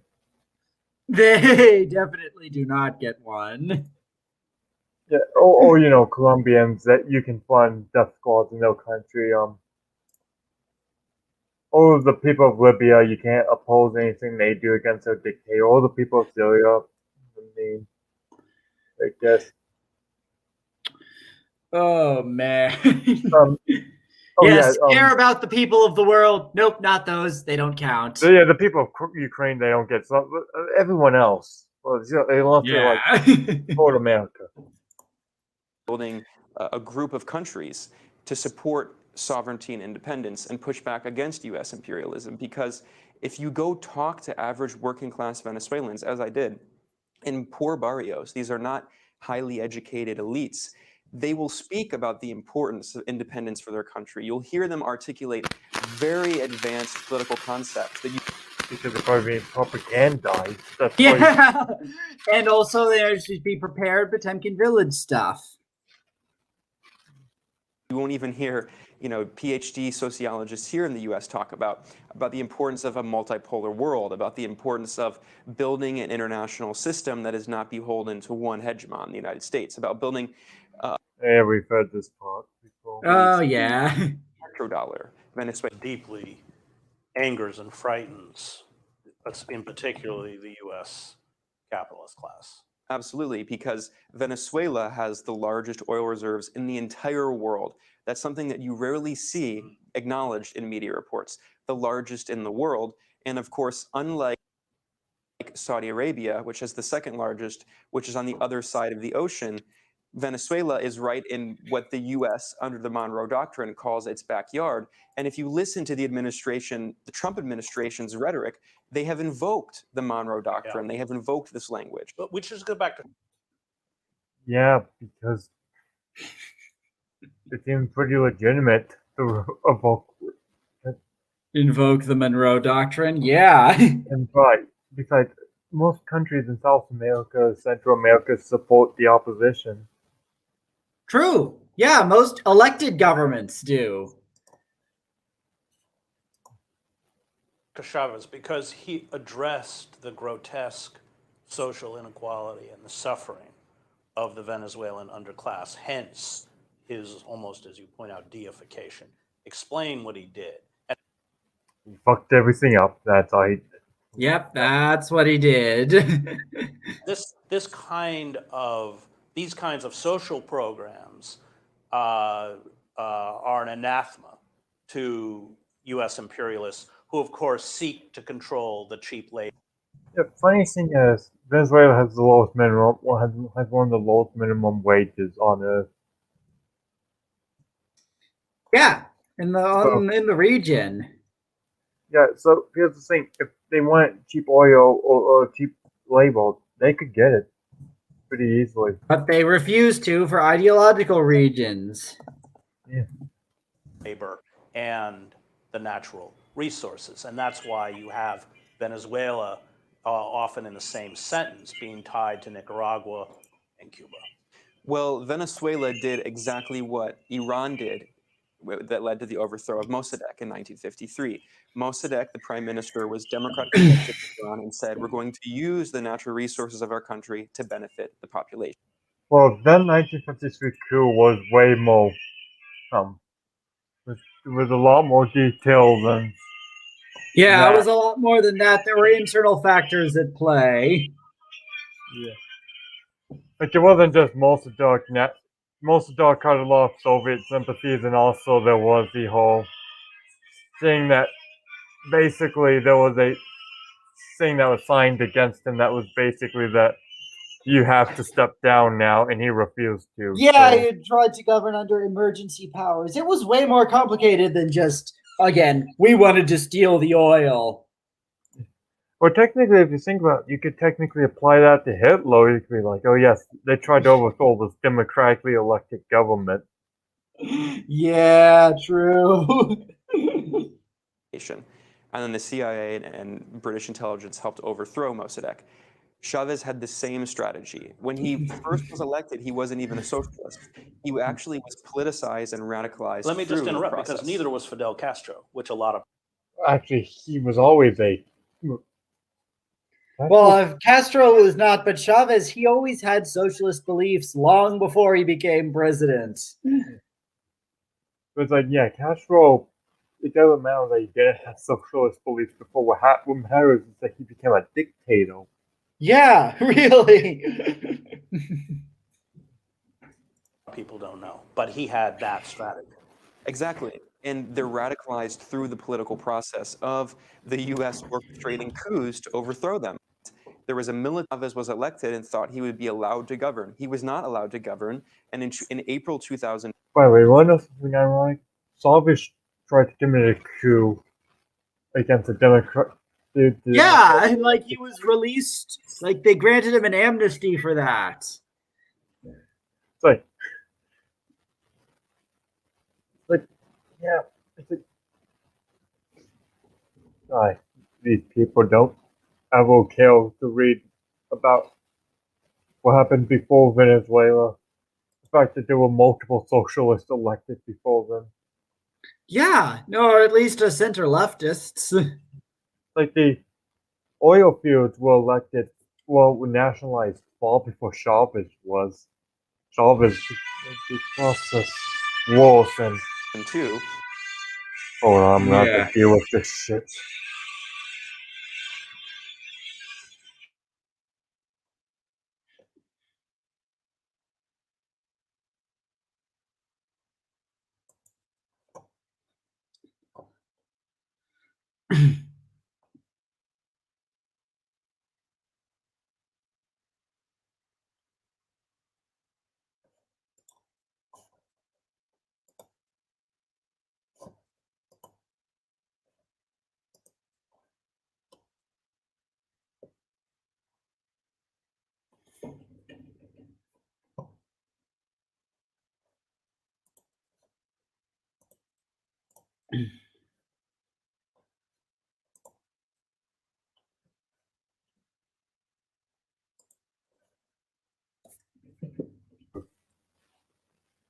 You back? Yeah. We saw the foreshadowing of the current coup attempt. There was a military coup that briefly ousted Hugo Chavez, orchestrated in part by the Bush administration. By the way, that 2002 coup, that was denied by Salvage that the U.S. had involvement. Yeah, even he didn't believe that was the case. Yeah, it's like, in fact, there's even evidence that suggested that the CIA warned Chavez of the coup. Yeah. They're parroting stuff that not even Chavez believed. Yeah, they're going to the left of Chavez. Oh yeah. Chavez was so popular that elements of the military rebelled against the coup regime. By the way, that's not what happened. The reason why they went against the coup was because the leader they installed was like a crazy SOB who like tried to destroy the Constitution, and they realized they couldn't really handle him in charge, so they decided to just let Salvage back in charge. Yeah. True. Had they picked a normal person, I don't think Chavez would have returned, or it would have just started a civil war. So again, it's something not even Chavez believed. Which installed, by the way, a right-wing U.S.-trained businessman named Pedro Carmona, who now is supporting the new coup attempt. I don't know if Pedro Carmona is supporting the coup attempt, but again, I just, even if he is, of course he is. Yeah, and like he didn't even have support from the full strength of the opposition. Like there were sections of the anti-Chavista movement opposed to him. And the military rebelled against the coup and reinstalled Hugo Chavez, who continued in power until he died in 2013. And we've seen that because of this transformation, Venezuelans value independence so much that they have been willing to fight and endure. Asserted Venezuelans support U.S. invasion into their country. Yeah. I don't think they give too much of a shit about independence. In all honesty, I mean, Or independent, or at least not independence as defined by the Chavistas. yeah, it's like, well, I don't even like a large minority of Venezuelans don't even support Venezuela independence in the traditional. Yeah. Sure, extreme difficulties. And we should talk about the U.S. is waging a war not just politically against Venezuela, but economically against the entire population. It's a form of collective punishment, not unlike the sanctions imposed on Iran right now or the sanctions in the past. Ooh, sanctions. Ooh. Again, though, I don't think sanctions work that well that you can just say that the government caused it. Oh, well, I mean, that you can't just say that they're 100% responsible for everything. No, you really can't. Yeah, it may have exacerbated And the again, they collapsed long before the sanctions were introduced. like here's the thing, you can't really it's the same. It's kind of like this whole thing with like the Assad and the rebels. If you if there was stuff to exploit in your nation, it wasn't that stable to begin with.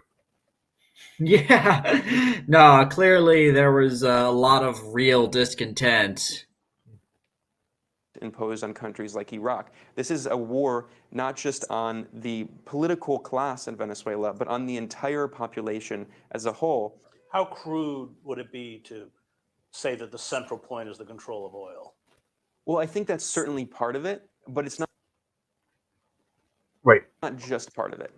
okay, so it's obviously hints that there's more than just oil somehow, but I don't even think oil plays any role in this. Yeah. Again, we were buying and selling, we were buying plenty of their oil when Chavez was in power. We were their biggest trading partner. We already had perfectly good access to oil from Venezuela. Yeah, I mean, it's like, and even then, even if we did start sanctioning oil, we were already producing way more oil at home, so it was. Yeah, it doesn't matter too much. So, I mean, you had Mike Pence state it. well, you had John Bolton state it Bolton. on Fox Business. He went on and he said it would be great if American oil companies could have access to these substantial reserves. I think that that's a narrow context. Well, I think he did say, yeah, it would be good to have access to these oil reserves. Which, by the way, that's just a dumb thing to say for optics, but it is true. It would be nice to have access to the oil reserves, but again, he just shouldn't have said that because that's just a dumb thing to say. Yeah, really would have been. That is certainly a major part of this, but it's not just that. So we need to understand that the Chavista movement not only has it been encouraged. By the way, these people apparently think that the U.S. government admits coups happen and are also good at covering it up. Yeah, can't be both. It's like, independence, sovereignty, and socialism. It has also been encouraging the construction of a new global system that is multipolar. They helped create the BRIC system. multipolarism is never going to happen. Yeah, sorry, never gonna happen. It's either going to be it's going to be a world united by hegemon, or it's going to be multiple hegemons going at it.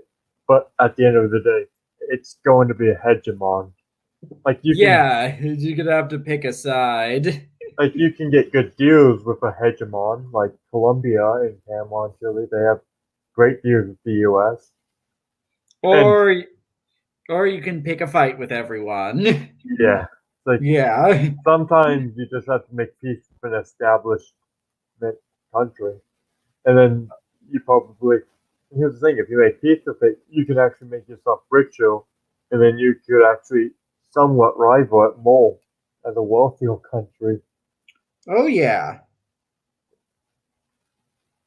Hugo Chavez played a leading role in OPEC, And Hugo Chavez, in fact, was one of the main reasons that the price of oil increased so much in the early 2000s.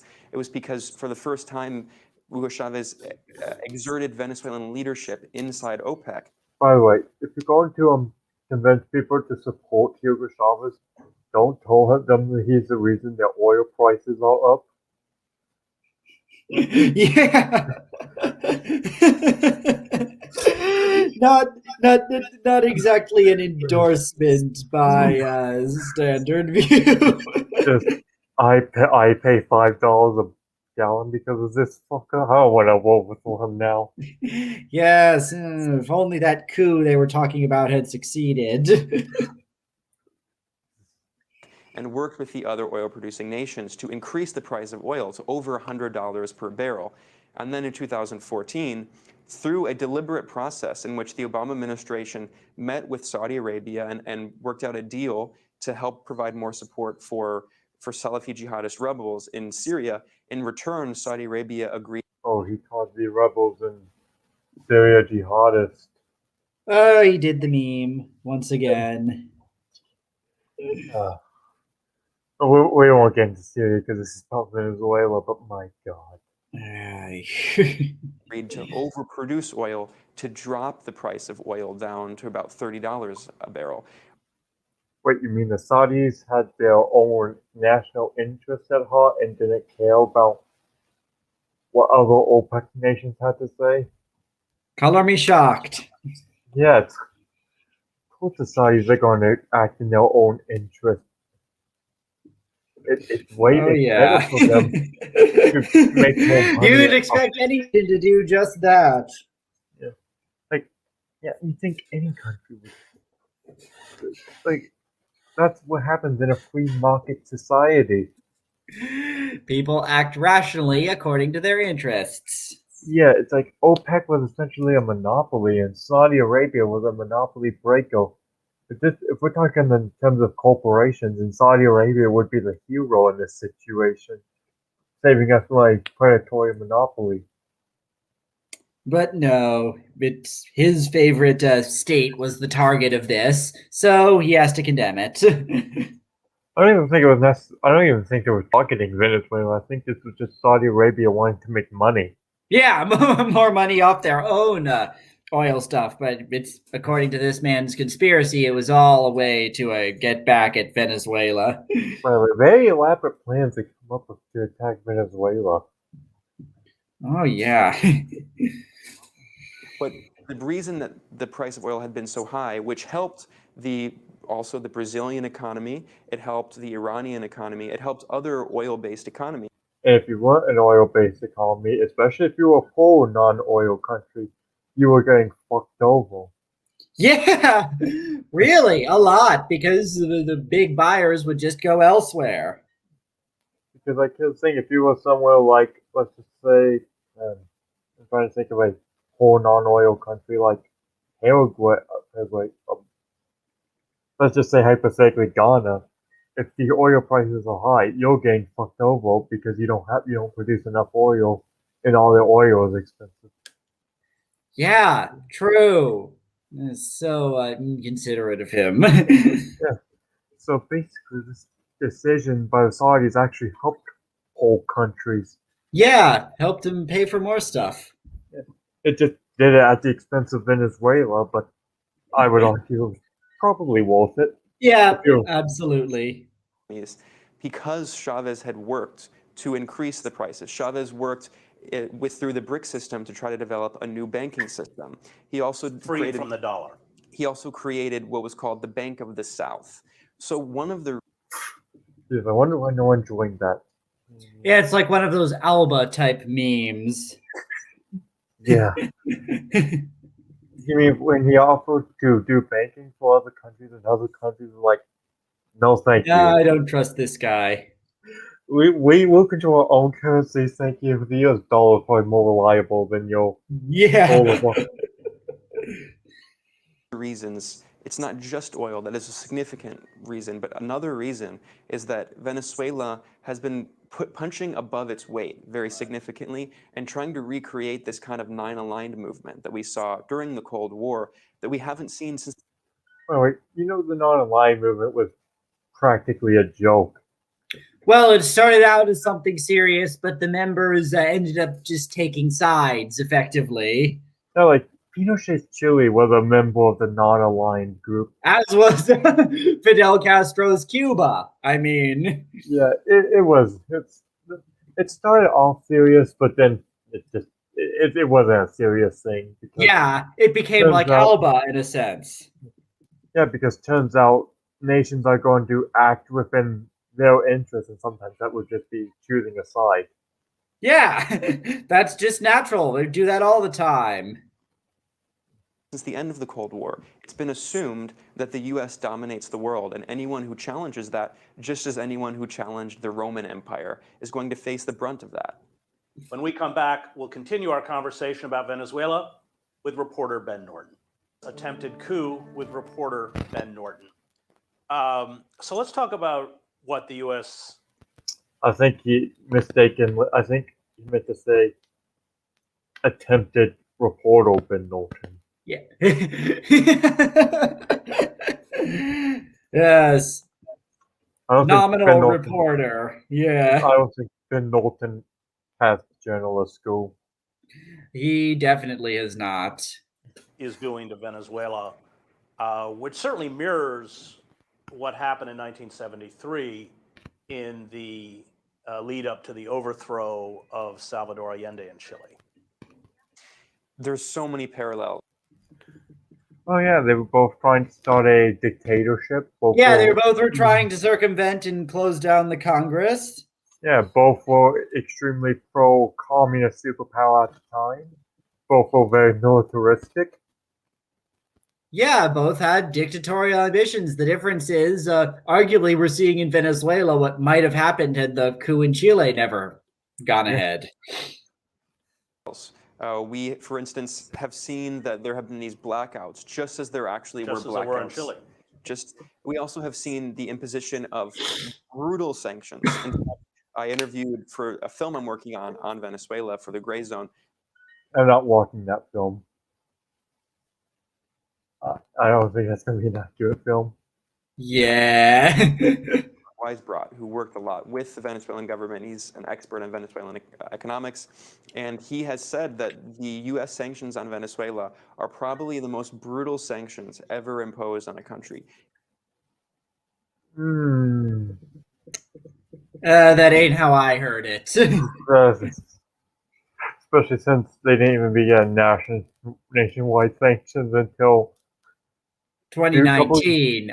By which point they were butchering their own people in the streets. So yeah, those sanctions were justified. More brutal than the sanctions imposed on Iraq in the 1990s. Explain. Okay, so why is that bad? It seems pretty justified. Yeah, given the internal circumstances. Detail why, because what I know a little bit. I mean, they have made it impossible for them to refine their own oil, etc. But explain how they have used those sanctions to just, in essence, destroy Venezuela's ability to sustain itself economically. Well, if they're that effective, then mission accomplished. Yeah, hopefully. If that's how well sanctions work, then yeah, that's what they're supposed to do. Yeah, I mean, like, if they work that well, then we don't need to do war anymore.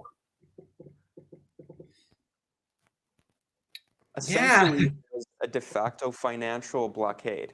It's similar to the blockade on Cuba, which is a trade embargo, but there's a financial blockade on Venezuela that has made it almost impossible for the government to do business internationally. Good. Yeah, they don't deserve to do business if they're going to abuse their people like that. Yeah. Yeah. It's not unlike the sanctions on Iran, where the point is to suffocate the government and prevent them from being able to develop the country, engage in infrastructure. Yeah, and also be the largest state funder of terrorism, but... Yeah, prevent them from funding terrorism. That's a legitimate concern. Yeah.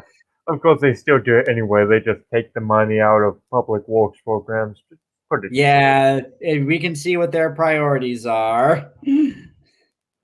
fundamentalist regimes probably Yeah. just consider them models for.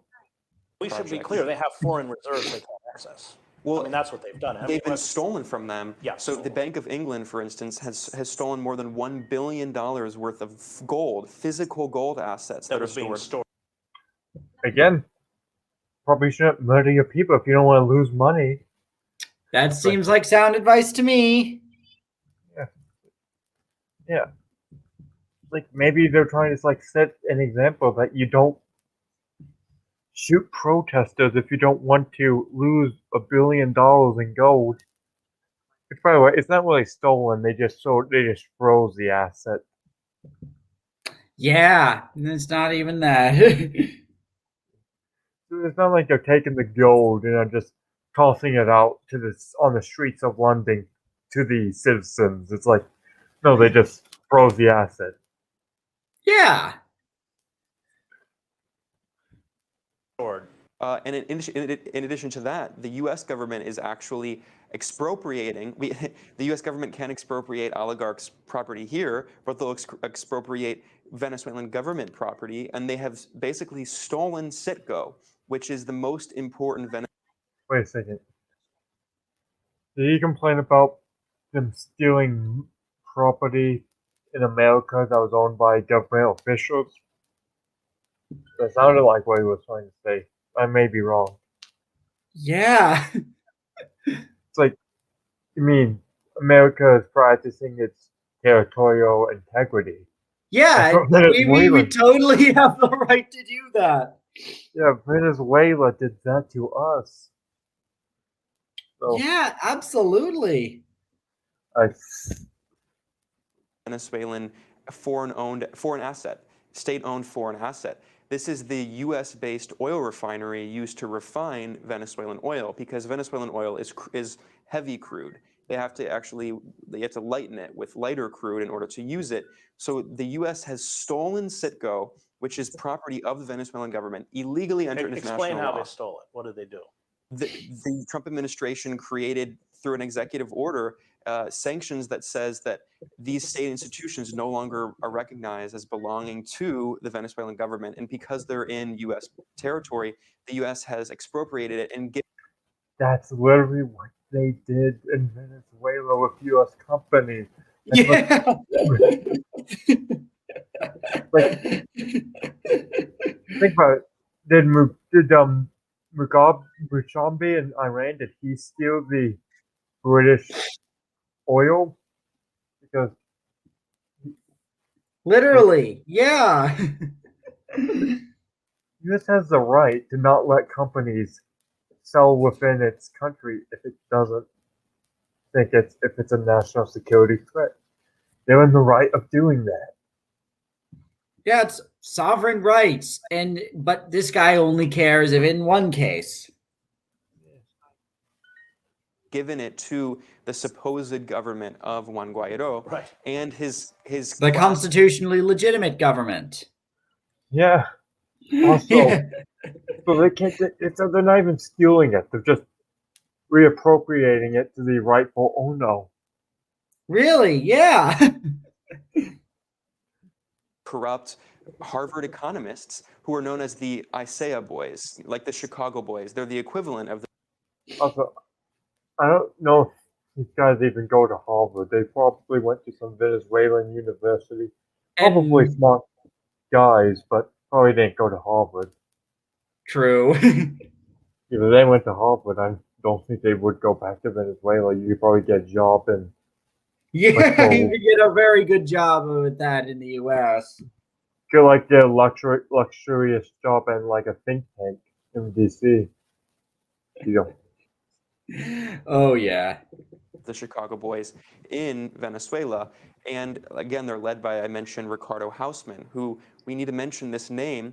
His daughter, Joanna Hausman, is making videos for the New York Times pushing for regime change without disclosing the fact that her father is the neoliberal brains behind this coup attempt. And why is that bad thing? Beats me.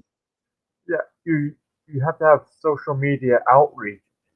in 2021 if you want people to support your movement. Yeah, I'd gain international sympathy. They have the right to do that. He was the one who orchestrated the IMF austerity policies that devastated the Venezuelan economy. He is the one that created many of these policies. When has the Venezuela government ever listened to the IMF? No, they don't. I That's think, is why he there's talking like in the 80s or something? yeah, it's like I don't know. This guy looks pretty old, but I don't think he was a policy guy in the 80s. Yeah, I'll have to look that up. I'll do a quick Google run because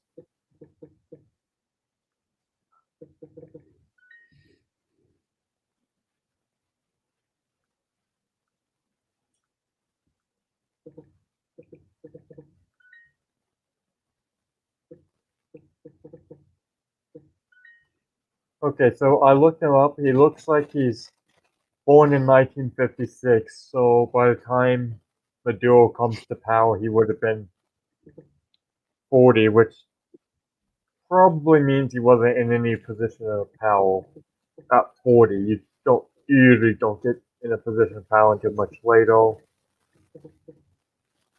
Seems like a smart guy though. He made contributions to original sin economics. He made the growth diagnosis dark matter, and he's from Cornell. Seems like a smart guy, but probably wasn't in any decision making branches prior to Salvage. Yeah, true. He'd be pretty young. Yeah, if he was in any such position. Policies that he now wants to reintroduce. Brutal neoliberal austerity, mass privatization, and especially targeting the oil sector. Again, neoliberal austerity. It's like back with the buzzwords. Also, austerity is just when you like temporary. At least the idea is that to bounce back the economy, you cut government spending. It's like yeah, that's literally all it is. Now it can go wrong depending on how you do austerity. There are obviously less correct ways to do austerity, but true. But with Venezuela, there are definitely places you could cut and no one would give a shit. Oh yeah. All right, so we're going to cut funding to death squads. We're going to cut funding to his oligarch buddies. Yeah, we're going to cut your $25 million salary. There, we see we made cuts. We're bounce this economy right back. Oh no! What a crime against humanity. The so-called Juan Guaido administration, the coup regime backed by Trump, has said very clearly they're working with the Inter-American Developmental Bank. They have said that they want to at least partially privatize the oil industry. Yeah, because nationalization has been a bad policy. An objective disaster? Yeah. It's like, in working with the International American Bank for Development is a good idea because if you want to develop your country, you gotta get foreign investors back in. It's like that's just the truth of how you develop a country. That's the hard truth. What Hugo Chavez did was he kicked out the U.S. oil companies that had dominated Venezuelan oil. He also left the World Bank and the IMF. Jeez, that's a smart idea. Turns out that wasn't too smart. Yeah, and also, wasn't he just complaining that U.S. kicked Venezuelan oil companies out of selling oil to them? Yeah. And pushed for an independent development system inside Venezuela. Juan Guaido wants to reincorporate Venezuela into all of this, and the U.S. is blackmailing the Venezuelan population with these sanctions, saying the only time we will lift these sanctions is when Maduro steps down and Juan Guaido is introduced. Oh yeah. Yeah, it's fair enough. Yeah. Especially since like national sanctions before they were even implemented, he had a 90% approval rating, so I don't think it was used for blackmail. Probably wasn't used for blackmail, just Gonna say that. Yep.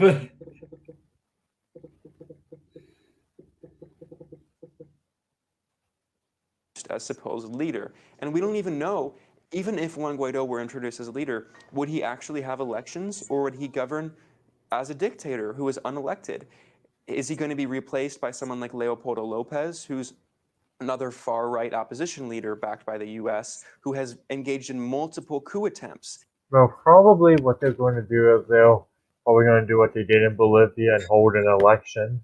Yeah, and if the Chavistas win, so it'll be. Yeah.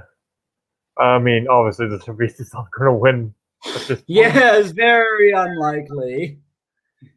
And then they can just complain the election was stolen and then like come out with like And then stage a coup of their own. Yeah. And another point we need to keep in mind is that the opposition in Venezuela is not a peaceful opposition. They have burned people alive. They have hijacked helicopters. This far-right opposition leader is seen as a hero inside Venezuela. In June 2017, Oscar Perez hijacked a helicopter and attacked the Supreme Court with grenades. And now you see opposition. The Supreme Court that Maduro had packed in order to prolong his reign and defang the National Assembly. Yeah, honestly, I'm a helicopter guy. Yeah. Helicopters are great. Actually, come to think of it, helicopters are a great symbol against Latin American socialists. Yeah. Oh, man. And it's like, yeah, you can hardly blame these people for protesting violently against a violent dictatorship. Yeah. Opposition leaders who have photos of Oscar Perez. They have engaged in a terror war, not unlike the war against Nicaragua, the terror war of the Contras.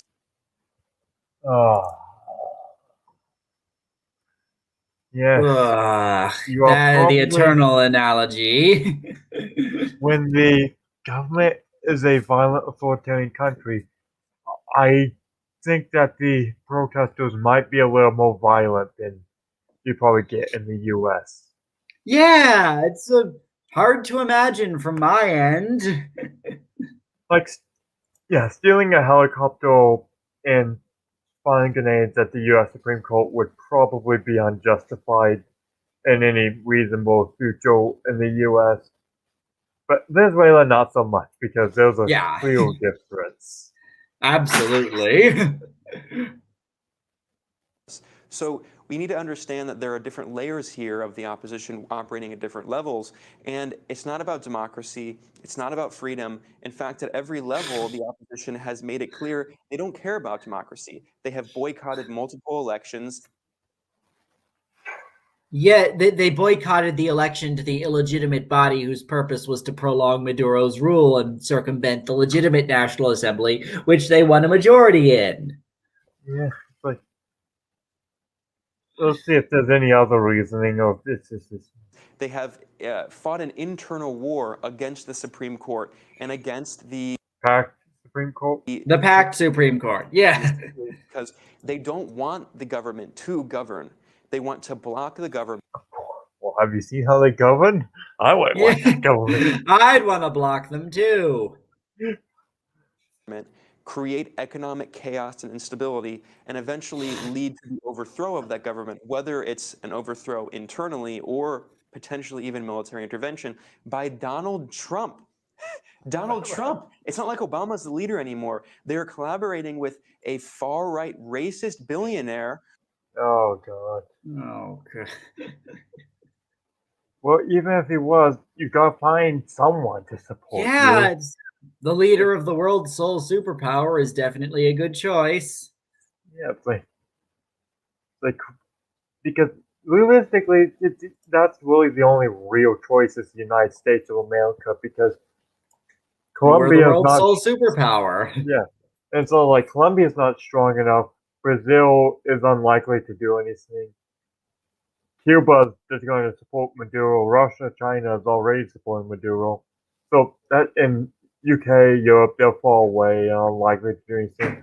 That just leaves the US. It's really your sole option. Your opposition. Oh yeah, regardless of who's the president, so it's so disingenuous. who is deeply anti-Latino, deeply racist against Latinos, and that's Won almost 40% of the Latino vote. Oh yeah.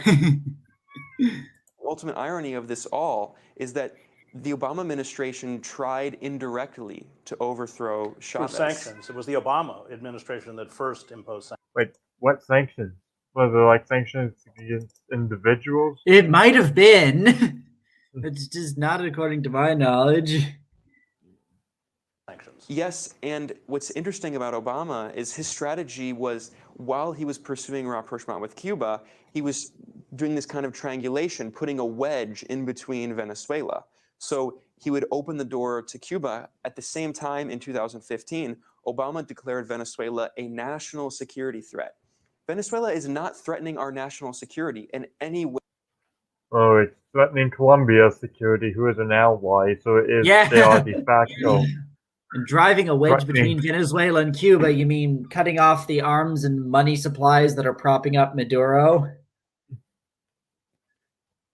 See, no, honestly, I can kind of get why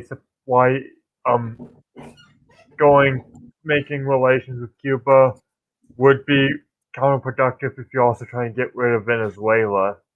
It's like the guy True.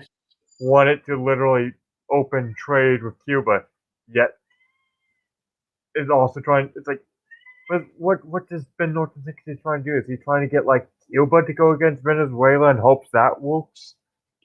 Yeah, no. Makes But no even if sense. even if Cuba, when it somehow took like a even if the Communist Party of Cuba one day woke up, took a sanity pill, and was like, maybe we shouldn't support these Venezuelans. Ben Norton's just gonna write stories about how they're leaving their original system and how they're bowing down to the imperialists. Yeah. Oh man. Way, shape, or form. In fact, on the contrary, Hugo Chavez created a program where he was giving very cheap, basically free gas and oil to families in the Bronx. The program And was called Boston. Petro I know, Bronx. right. To poor, working class, largely black and Latino families. Geez, I wonder how they got an economic crisis if they were virtually giving oil away for free. Yeah, how could that go wrong?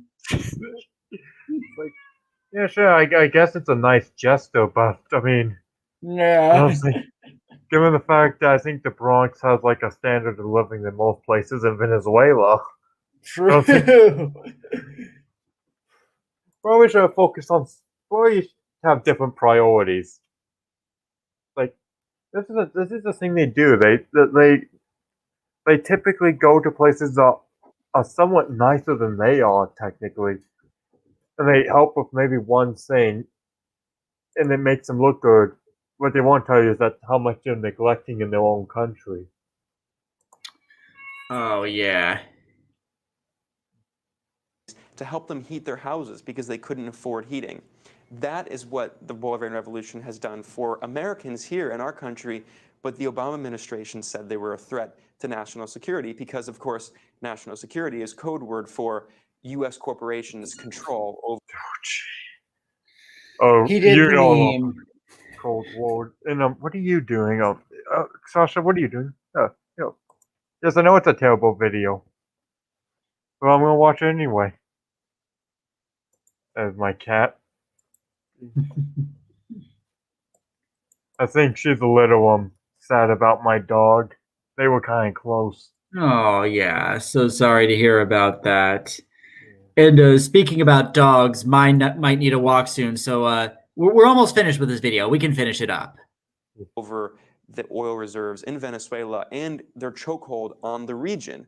And one other point I haven't even mentioned yet is the importance of the pink tide. The pink tide has been beaten back, but there was a serious moment in the 2000s where for the first time, Latin America as a region was completely independent from US imperialism. Spoiler alert, the blue tide happens and it basically wipes away most progress. Yeah, it was in it again. This was elections in most cases. Yeah. It's like, geez, you mean some countries might elect different guys from a previous policy they had. Shocker. Ah, shocker. Color me shocked. Imperial domination that had controlled the region since the Monroe Doctrine for nearly 200 years. The US saw this region as its own backyard, and you had left-wing elected governments in basically every country. Now those have all been pushed back, and the largest country in the region, in South America, Brazil, now has a fascist president, Bolsonaro, who said his biggest problem with Pinochet in Chile was not the fact that he killed people, it was the fact that he didn't kill enough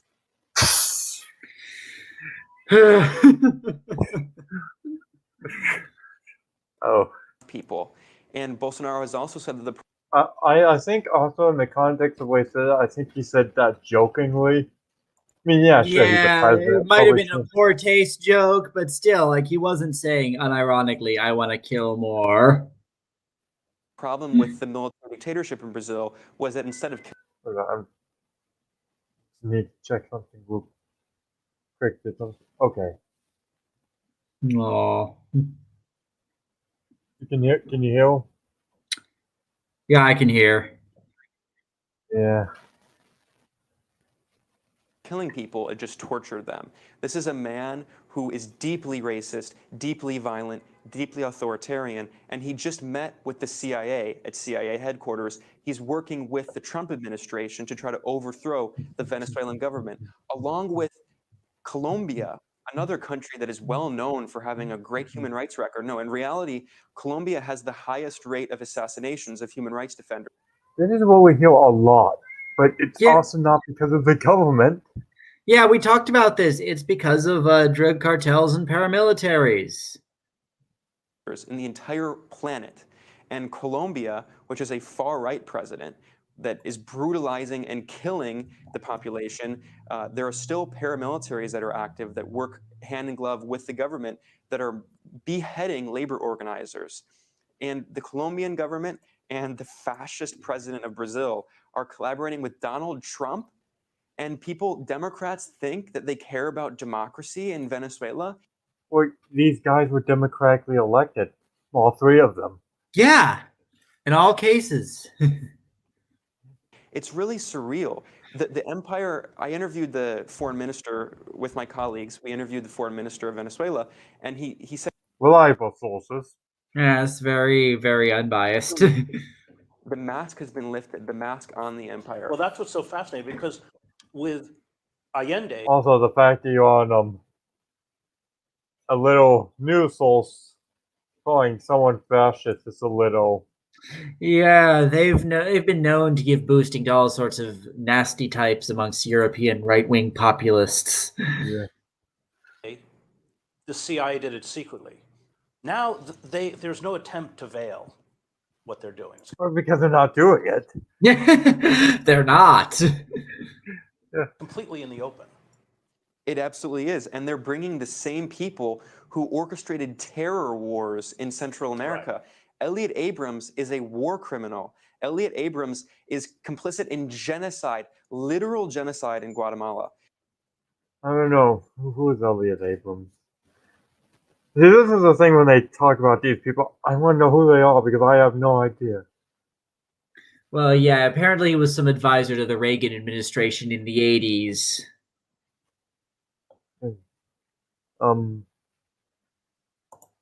Yeah. It's like,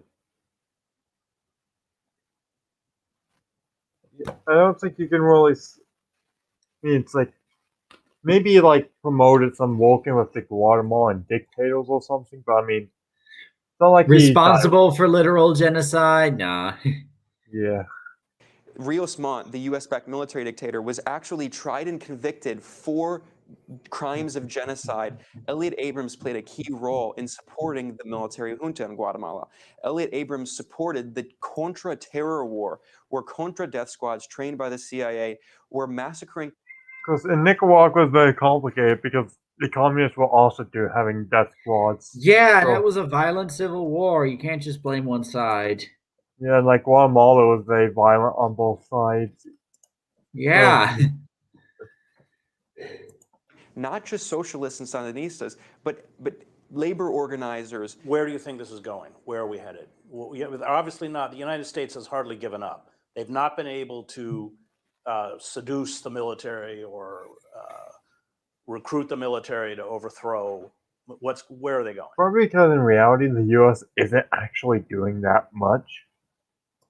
Yeah, like we're supporting one side, but we're a lot more hands off than this guy portrays. Yeah. Well, the idea is we're in this for the long haul, and it's going to be collective punishment of the Venezuelan people, like the war against Nicaragua, against the Sandinistas. Right. It's going to be a prolonged, protracted war. I wouldn't be surprised if we start seeing acts of terror and sabotage, as we've already seen, but at a greater level. And it's going to be a war on the infrastructure. And the idea is that the U.S. is going to exacerbate the life for average Venezuelans and make it so difficult that they eventually vote Chavismo out of office. But the will of the Venezuelan people. Yeah, the will of the low turnout in the election results are going Yeah, to. and what a convenient way to blame any result you don't like on sanctions. Yeah, they practically already have it written down that if the guy loses any election, It's they already because of have sanctions. they created the out right now. Is very Right strong. there. And there still is a major grassroots base, and they're not going to go away. The U.S. thinks it can just destroy Well, Chavez. grassroots imply that it's popular, and not really that. Yeah. That's another thing. It's like, if I was poor in Venezuela, why would I still be supporting the salvagism? They've had 20 years to make my life better, and they And they have not. And they've made things worse in many ways. Yeah. Chavismo by ousting Maduro, but there at the grassroots level has been a transformation in Venezuelan society. Is the threat of civil war real? You hear that? People keep saying that. I didn't see that. If there were to be the beginning of a civil war, the opposition is so small and so unpopular. In fact, even opposition. Every time they say the opposition is unpopular, they're just shooting themselves in the foot because Guaido is more popular than Maduro. Yeah. Even at this point when they both have dismal ratings. Yeah. Data firms have acknowledged that the opposition. Also, I think if if Maduro ever did fall, Guaido's popularity would go up, at least briefly. Yeah. Is less popular than Maduro. So if there were a protracted violent conflict, the only reason it would be able to continue is because it would have external support from the U.S. And I think it would be, if anything, like the terror war in Nicaragua. And again, Elliot Abrams, who oversaw that terror war, is now in charge of Venezuela policy. Stop there. Thanks, man. That was reporter. And that is a video.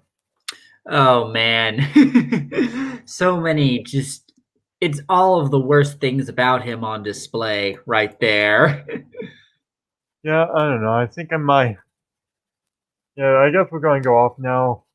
Well, we're going to have to find a. Glad we could do this. Gonna have to find a friend for my cat now because. Aw, so sorry about your dog. It's like she was 14 years old. She's older than my kid. Yeah, no, but it's good you had her for that long. So that's the thing. I don't know if I'm going to find a replacement for Sasha's friend. Give it some time. You'll find the right one. Anyway, well, thank you for coming on. I'm glad I could do this. I'll join as soon as I can next time. And see you all in the next video.